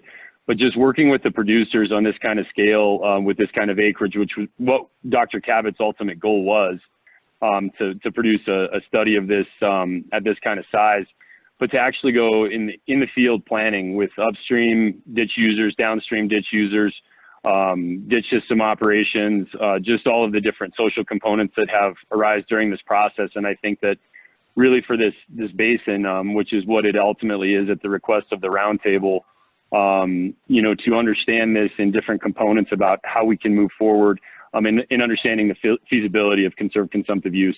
It's been pretty mind-blowing, and I actually can't wait to spend more time sharing all of these stories with all of you and more. But I think we've got a great project planned and the right team. Well, thank you, Paul. Appreciate your involvement in this. You've become a real geek in the 10 to 15 years that I've known you. So you used to just love playing around out there and fishing and, irrigating some land. So whatever happened? I know, President Merritt, it was way more fun back in the day before life got too serious. Yeah. Okay. Well, thank you very much. Bringing it back to the board. Do we have a motion to proceed with this? I'll make that motion. This is Karen Stegelmeyer. Motion by Stegelmeyer. Mr. Richard, you wish to? Second. I thought you might want to be in on that one. Second that. Okay, we have a motion, we have a second. Is there any further discussion? Hearing none, all in favor say aye. Aye. Aye. Aye. Aye. Aye. Any opposed? Okay, well, thank you very much. Go forward, Mr. Mueller. All right, the next item, last action item under the general manager's report is the Crystal River augmentation investigation. I think we've talked with the board about this in past meetings. As I believe the board is aware, 2012 brought to light once again that there are several subdivisions in the town of Marble and the city of Carbondale, town of Carbondale, excuse me, that are all potentially short of water during water short years in the Crystal River. And the division engineer has put all of these water users on notice that unless they're diligently working towards an augmentation plan for their domestic depletions, that the next time this comes around, he is likely to issue a cease and desist order on these domestic wells and urban water supplies. We've been asked by the division engineer and some of the local folks to assist, along with West Divide, to assist with a study of an augmentation plan.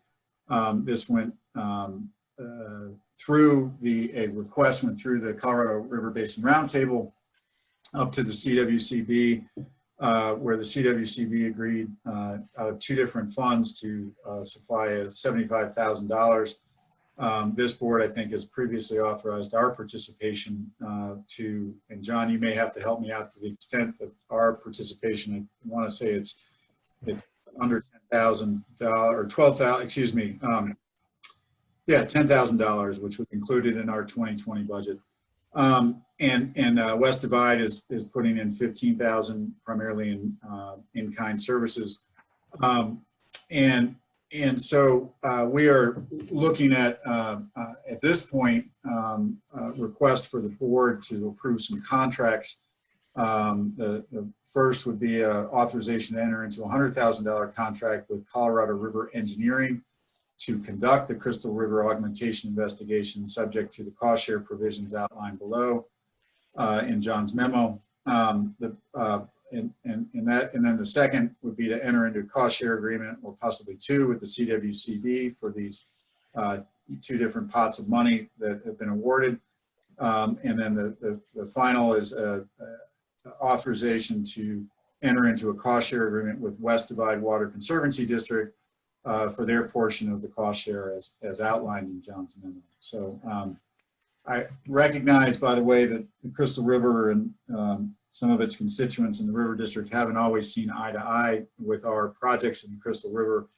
I think this is a real effort by John and Zane and other members of our staff to work with the local community and needs, but develop, you'll note, a commitment to not develop an augmentation source or reservoir that's on the main stem, and to try to avoid any reservoir that would interfere with wild and scenic designation on the Crystal. That being said, there's some skepticism voiced by our division engineer if depending on where the location of those augmentation sources have to be, there may have to be one fairly high up in the basin in order to augment some of the demands. But that being said, I think our district is committed to working with the various constituents. A lot of what this grant money will be used for is constituent outreach and development of an augmentation options for that basin. So our hope would be to bring folks together in that basin in a way that we haven't been successful at doing in the past. So. Okay, are there comments or concerns on that one? Board. Mr. Munger, I see you waving your hand. Yeah, that's my wave. But yeah. So I guess I'm all right. I'm all right with the limited amount, the $10,000. So I guess my question is, where's the town of Marble and the town of Carbondale, and why aren't they not participating in this? Director Munger, let me address that. The towns are West Divide, as Andy stated, West Divide's putting a lot of in-kind funds here, but West Divide has gone out and, well, together with the River District, sought participation from the specific entities on the Crystal that are in need of augmentation supplies. So Town of Carbondale, Town of Marble, and 5 subdivisions between the 2 have all ponied up cash as matching funds. And so they're providing matching funds basically as part of West Divide's matching fund. So yeah, they definitely have skin in the game. Thank you. Anybody else want to raise their hand or anything on this? Do we have a motion to support this? Proceed with these 3 contracts. I'd move with the staff recommendation on the 3 contracts. We have a motion by Munger for staff recommendation. Second. Second by Whitmore. Any further discussion? Hearing none, all in favor say aye. Aye. Aye. All opposed? Aye. Any opposed? Thank you very much. I did get a, Mr. Mueller, before we move on, I did get a comment in the chat box from Kirsten Karath on behalf of the Colorado Roundtable.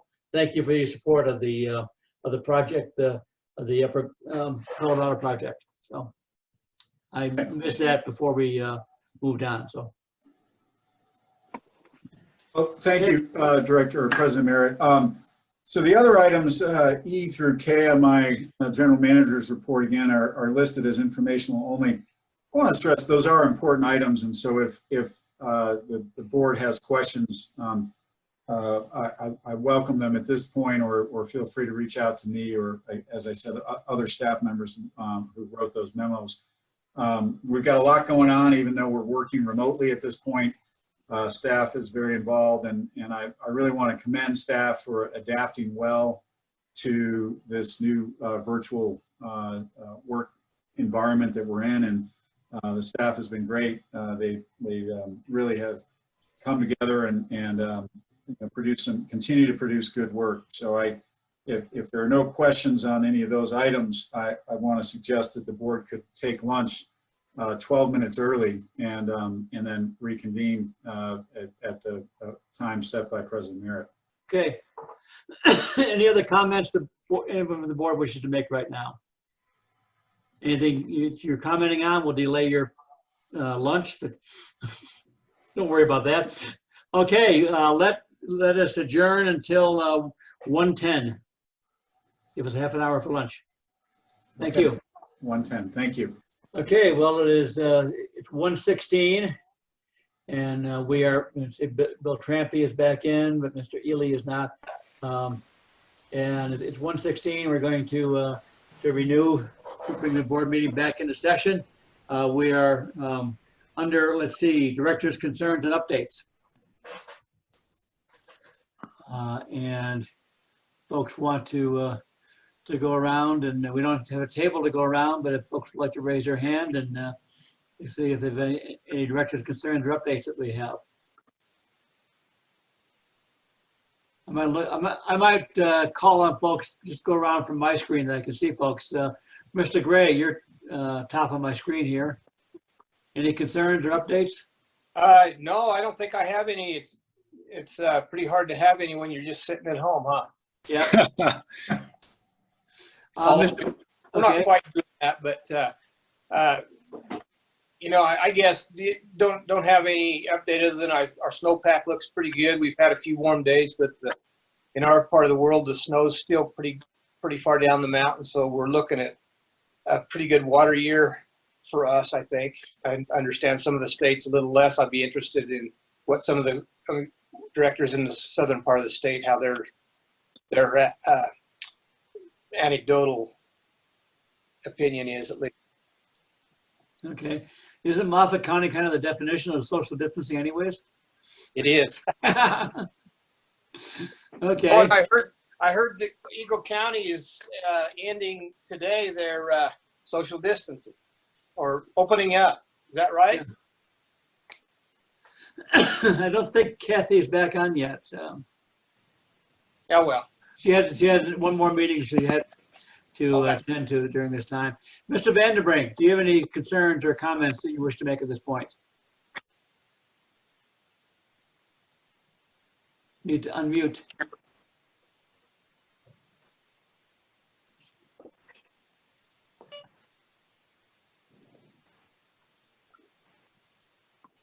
You there, Mr. Vanderbrink?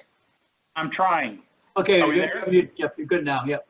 Sorry about that. I don't know what happened here again, but I don't have anything really to update at this time, really. It's been kind of a lull here with what's going on, so a lot of processes have just kind of stopped, and everybody's kind of catching up yet. So I don't have anything to share, gentlemen and ladies. Okay, going around my screen is Mr. Munger next. So, yeah, I don't have a lot to say either. Commissioner Gray hit it. I guess I'll fill in what we know, that Routt County knows about Eagle County. They're asking for an exemption of the governor's stay-at-home order. But the governor's stay-at-home order is changing on Monday as well, too. So we're following all that stuff and trying to figure out how we do that as neighbors and the rest. So, yeah, I think we're having pretty good water year, but again, let's kind of figure out how all of this stuff gets back to normal and what normal is in the next phase. So busy times around. Okay. Ms. Whitmore, you're next from the southern end of the district.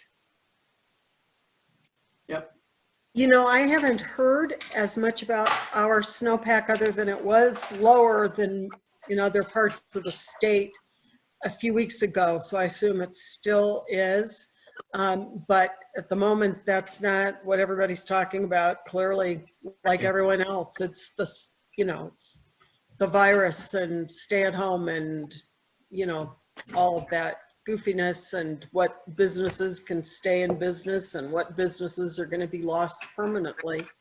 And I think, you know, that will, it'll be interesting to see how this all plays out and, you know, what the economic ramifications are, especially for the mountain communities, not the ski communities as much as some of the mountain communities that really don't have winter economies. So otherwise, I don't have any concern. My puppy just keeps chewing on it.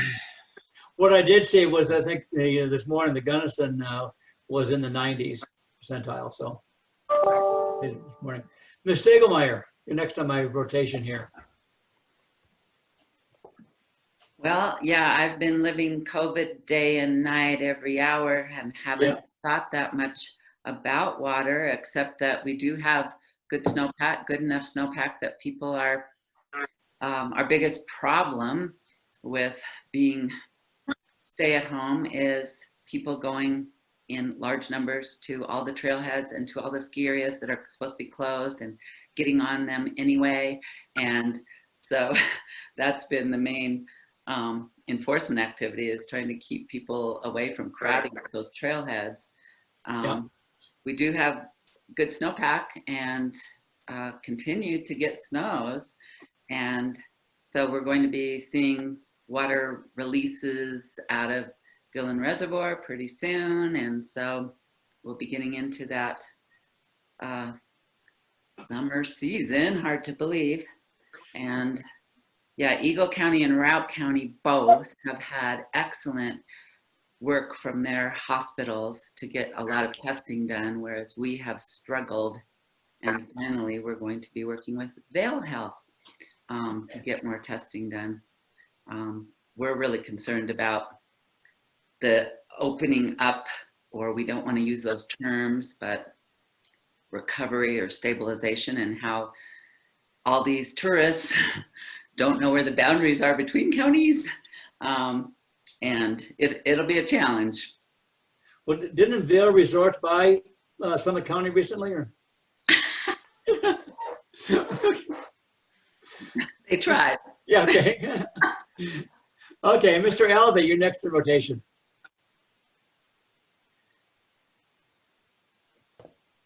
There you go. Got it? Yeah. Our snowpack is less than 100%, and we're expecting a little reduced runoff due to dry conditions in the fall. Fruit crop was hit hard both here and in Mesa County. We still do have some, but it's going to be reduced.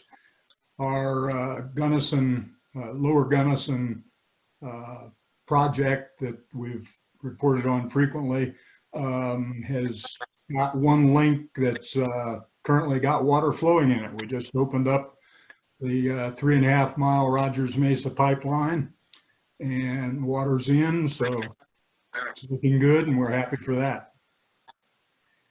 Thank you. Mr. Trampy. Am I unmuted? You're unmuted, yes. All right. Less than 90% snowpack. The lower country is really poor. High mountains are somewhat decent, not very good. Predicting in certain tributaries less than 70% runoff. So it's probably going to be a tough summer around here. Tight, yeah. Really appreciate the River District's former employee being the Upper Gunnison District Manager. Sonia's doing a great job so far, so we're pleased with that. Gunnison County as a whole is in a turmoil over COVID. We just saw the ambulance and all the response team go up the road this morning toward Cresta Butte, so evidently our numbers are going to be going up again. So it's kind of been an up and down deal. We thought it had kind of leveled off, and then it took off again the last couple of days. So lots of people are talking about trying to open up, and lots of people talking about locking down harder. And it's becoming quite controversial up and down main streets when you find somebody on Main Street. So we'll see how it plays out. Okay, well, yeah, my daughter lives in that little bitty part of Gunnison County over by Marble, so not many folks there. Ms. Hazard. I'm kind of in the same boat Bill is. I don't know the percentage of Coach Tote, but we definitely have less snow currently than we did a year ago. And the lower portion is really dry, so can still see snow, and we've been getting rain and a little bit of snow, so hopefully we'll have more rain. Okay. Mr. Richard, Grand County.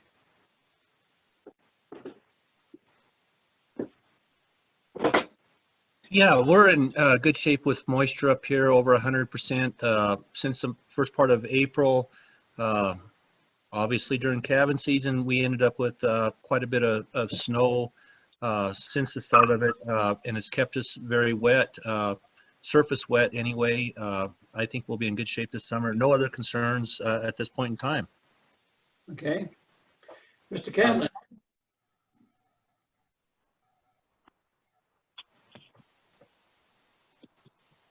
Okay, I think the manager wants to speak too. I see him waving his finger. Do you want to talk, Andy? No, not before you. I was just going to relay another director's report. That's all. Okay. Oh, you go. Steve's report? Okay, yeah. Well, here in Montrose, the tunnel's open. We've got water in the ditches. We're farming. No more than 3 guys in the field at one time, you know, so we can keep our distance. We planted onions, and looks like we're going to get ready to start.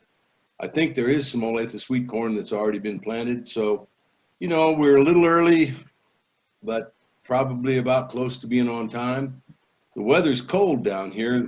It just keeps locking up around the mountains and trying to snow and keeping the wind blowing and all those things going on. Overall in Montrose, I think people are sick and tired of being home. You know, I know my bunch, they're all sick of it. They don't like living in this house together anymore.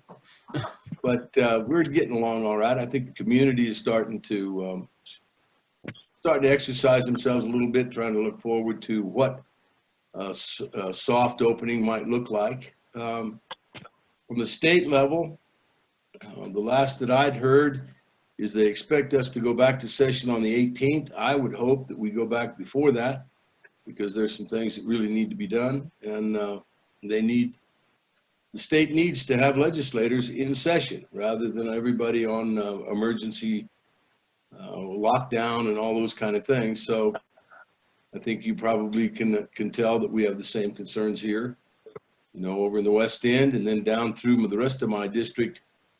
They're wanting to open. They're needing to open because, you know, there's so many of our small businesses are considered non-essential. But if you don't have a Walmart, you don't have a big grocery store, pretty soon those folks start getting pretty essential. You know, I tried to explain to the governor and to his crew that they were worrying about how many 100 people they had per square mile. I told them in my district, I got 1 person per 2 square miles. So social distancing is not a problem. But that didn't ring very true with them. So we are still writing letters and still trying to get things to, you know, to where we can start opening in regards to data-driven decisions. So that'll kind of be my report. Thank you. Ms. Chandler Henry, you've jumped back in just in time to give your report from Eagle County. Hi, everyone. Yeah, sorry, we were actually talking about the governor about reopenings. We are lifting some restrictions starting on either this weekend or on Monday, and that's based on the ability to test anyone who is ill, get those results back in 24 to 48 hours, and to contact everyone that they may have come into contact with, and isolate and quarantine anybody that needs to be isolated, quarantine. The hospitals also have the capacity to be able to take care of any sick patients, and we have seen just a dramatic drop off in cases the last couple of weeks. We have 507 positives, 7 deaths. We know part of the reason our numbers are so high is because we are being so aggressive with testing.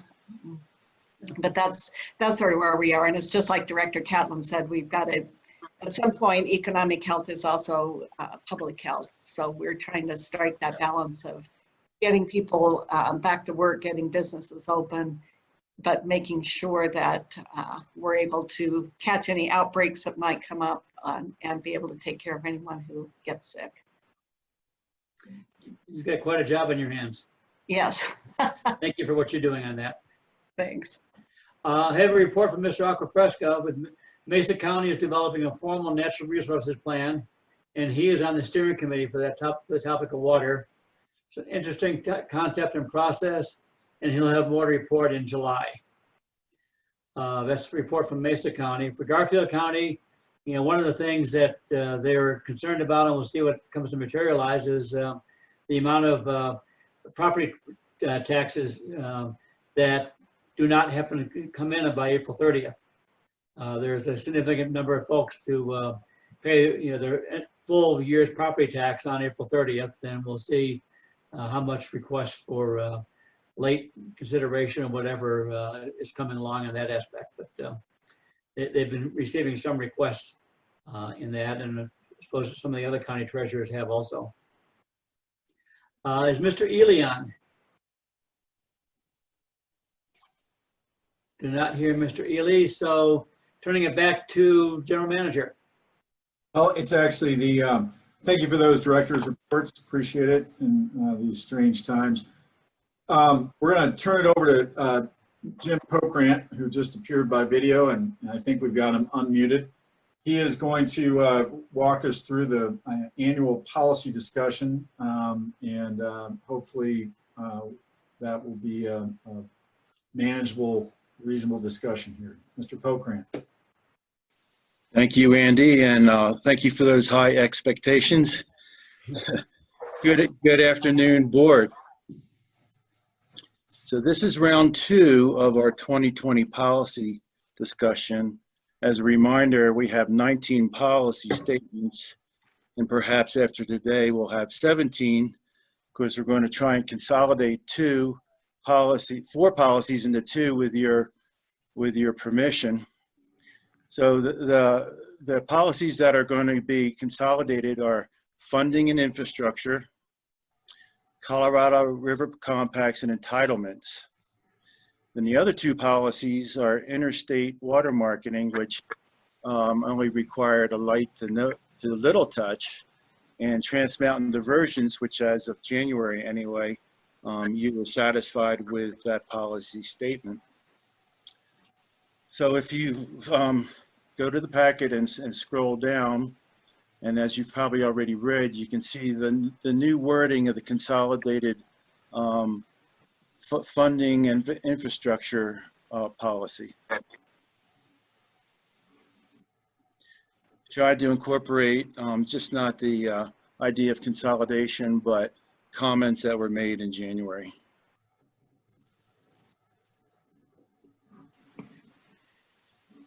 We have comments or questions on this?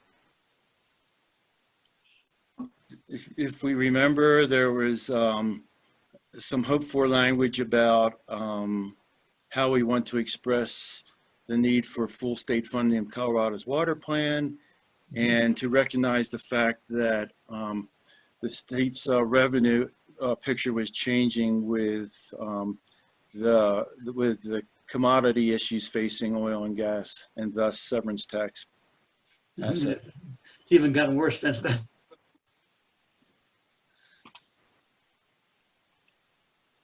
Anybody have their hands raised? Do we have a, do we desire to approve this at this point? This will come back for final approval on the July board meeting, but we need an initial approval this time.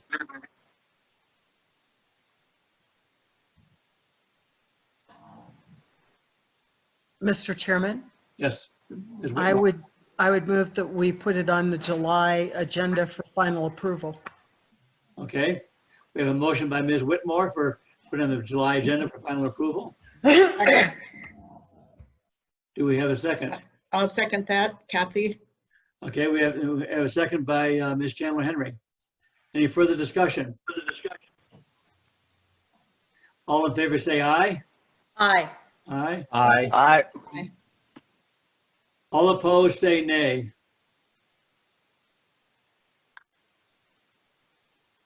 Are there any nays out there? Hi, Dad. Hi, Dad. Is that a nay? Okay, and Steve Aquafresco was aye. Okay. The motion passes. Thank you.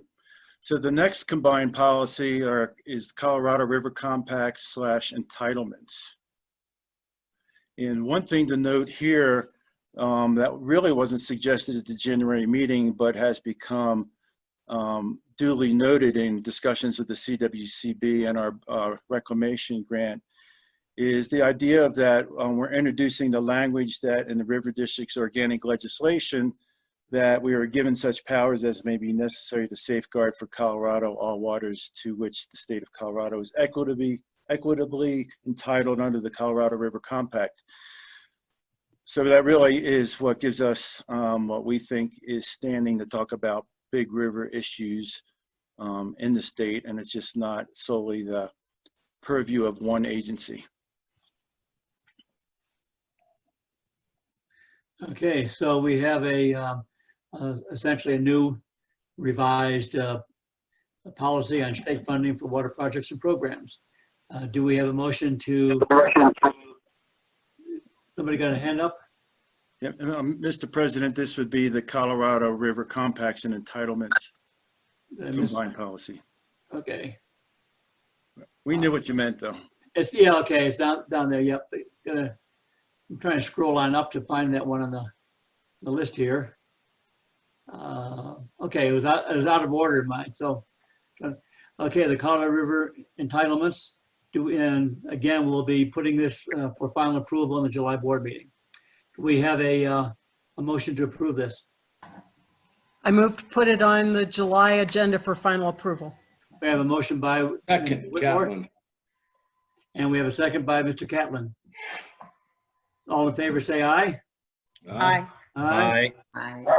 Aye. Any opposed, say nay. We have an aye from Mr. Aquafresco.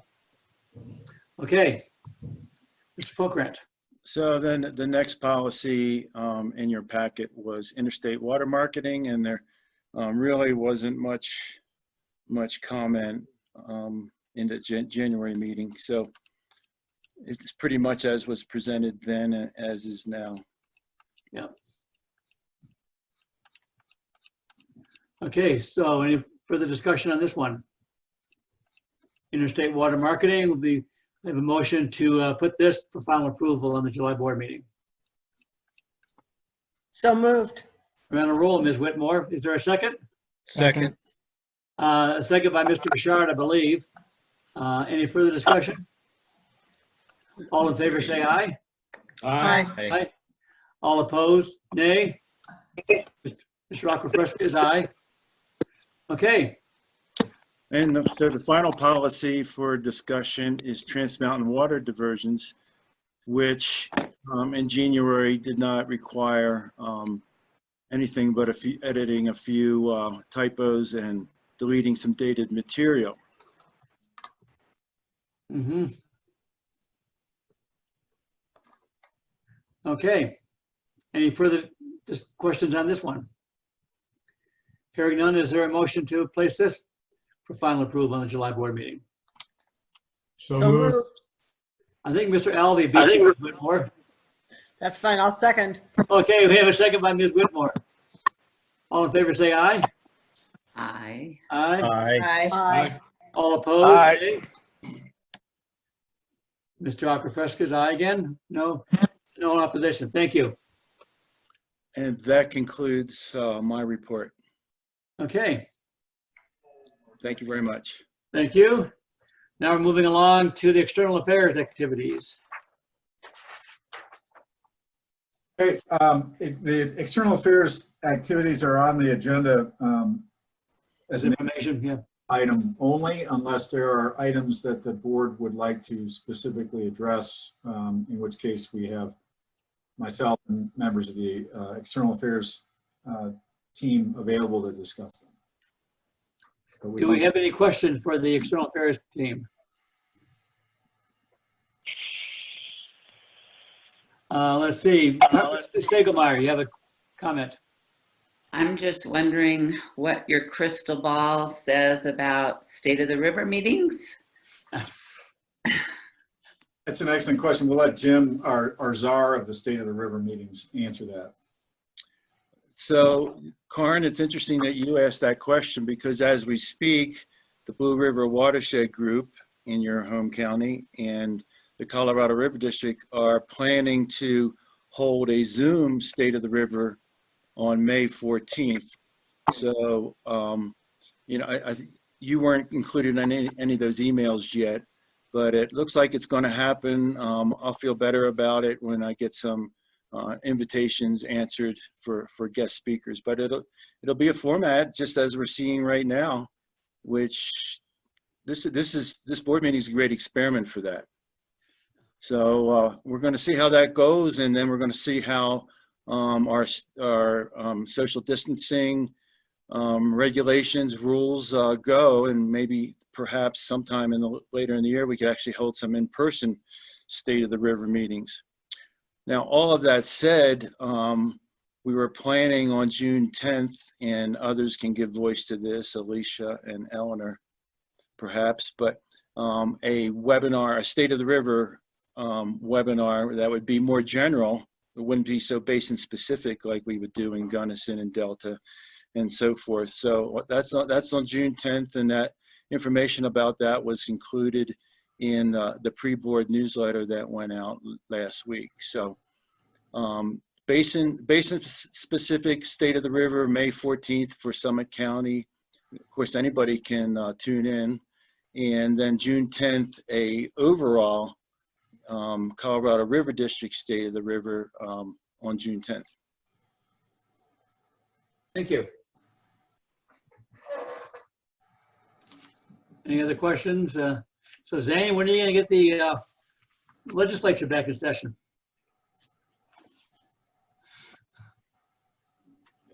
Don't know that Zane is actually. He's not in? Okay. Okay. I don't know if you can hear me. We're working on it, sir. You're working on it? Okay. We're working on it. Yeah. Yeah. Mark's family's getting tired of him hanging around the house too much. So. That's what I heard. Yeah. Anything, so any other item from the external affairs, either the state or the federal affairs? Not much going on, in the water issues at all with that, with respect to everything on there. Okay. Item number 8, we're moving along ahead of schedule now. Project operations and updates, enterprise matters. Okay, we're going to turn this over to John and his team. I think, I wonder if John is on. Let's see. Yes. I am here. So, with regard to Wolford Mountain Reservoir, you know, we're in the process of getting contracts in place for our subject matter experts and our facilitator for the PFMA / risk assessment that we have teed up. So I think I just took this out of order though.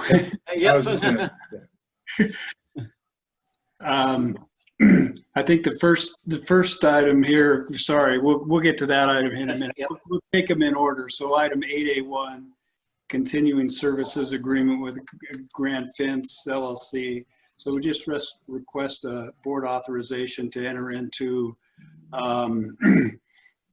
two contracts related to work at Wolford, one for Grand Fence LLC for a 3-year continuing services agreement in an amount not to exceed $50,000, and then a contract with Grand Power and Plumbing LLC for a 3-year continuing services agreement in an amount not to exceed $35,000. Hunter may have a little bit of additional to add, but these are generally continuations of kind of existing contracts for just necessary work that we have at Wolford. I would say that we did put the fencing contract out. We tried to attract other bidders, and Grand Fencing was the only bidder who actually submitted anything. So that's all you can do. Yep. Yep. Staff recommendation. Okay, we have a motion Second. by Alvey for staff recommendation. Is there a second? Second by Richard. Second by Richard. Any further discussion? Can I just clarify that staff recommendation was that for the fencing services contract with Grand Fence? Yes. Yep. Okay, I had discussed both Just a of minute, those, we the need to take a Grand vote Power now. contract as well. So you have authorization, or We're going to take those separately. We have vote first. Yeah, separate motions. Yep. Yeah. We have a motion and a second for approval of the fencing services contract with Grand Fence. All in favor, say aye. Aye. Aye. Aye. All opposed, nay. Hearing none. We have an aye from Aquafresca. Okay. Now we move on to the plumbing services. Electrical work rather with Grand Power and Plumbing. Yep. John? yeah, so we're just seeking a board authorization to enter into a 3-year agreement with Grand Power and Plumbing for basically electrical services at Wolford for an amount of $35,000. Okay, so we have a staff recommendation. Is there a motion to the staff recommendation? So moved. Motion by Alvey. Is there a second? Second, Richard. Longer second. Second by Richard. Okay, so the motion to approve a 3-year continuing service agreement with Grand Power and Plumbing for miscellaneous electrical services. All in favor, say aye. Aye. Aye. Any nays? An aye from Aquafresca on that. Okay, moving along. Next, John. Yeah, so now we're back to the issue I inadvertently started out with, and that's related to getting our subject matter experts and our facilitator under contract for the Richard Dam PFMA / risk assessment process that we're undergoing in conjunction with State Dam Safety and Denver Water. So what we're requesting is to enter into 3 separate contracts with 3 separate subject matter experts as outlined in the memorandum. That would be a contract where John Saganowitz Geotechnical for not to exceed $48,000.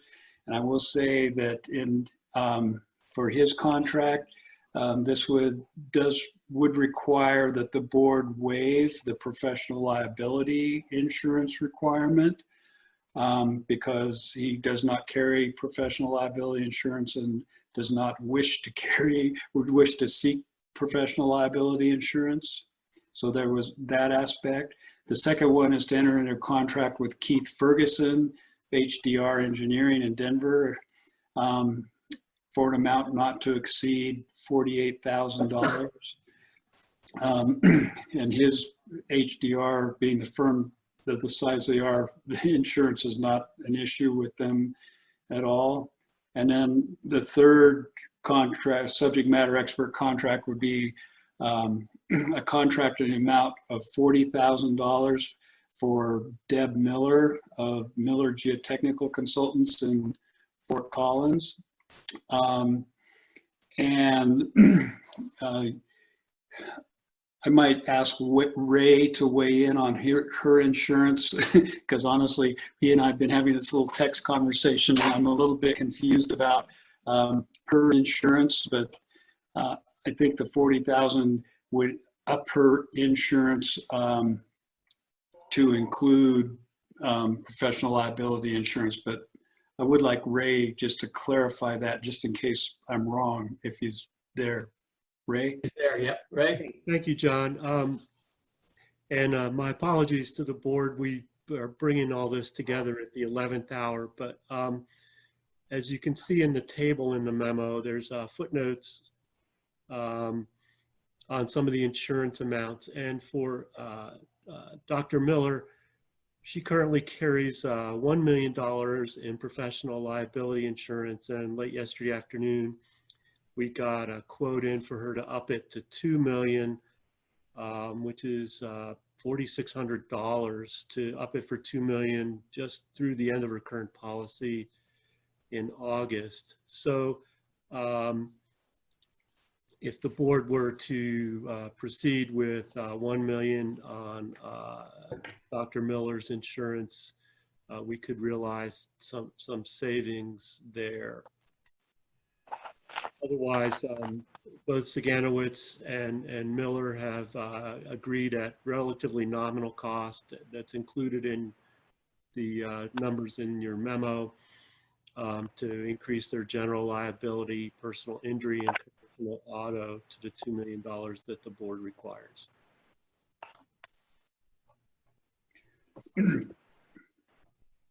Any questions of John or Ray on this? So is there a motion to enter into these three professionals expert witness panel contracts? Or not expert witness, but expert panelists? Mr. So this President. is Munger. Go ahead, Peter. Oh, sorry, Doug, please. Go ahead. No, I was just going to make a motion. So I would move that we approve the three contracts here and that we waive the River District's requirement for on the John Senowitz, and we also waive the $2 million requirement and back to the $1 million that she's carrying for Deb Miller, and that we also approve the HDR Keith Ferguson contract. Would approve all three of those with those adjustments. Second. Okay, we have a motion by Munger, a second by Whitmore. Any further discussion? Mr. Fleming? Yeah, thank you. I don't have any concerns with the proposed motion. I just wanted to clarify for the board that these contracts, in addition to the next one that is proposed, would be subject to a cost share agreement with Denver Water. So these funds are not funds that the not to exceed amounts are not River District expenditures solely. They would be split, I believe, at 50-50 with Denver Water, assuming you approve the second and third contracts in this on this item. Okay.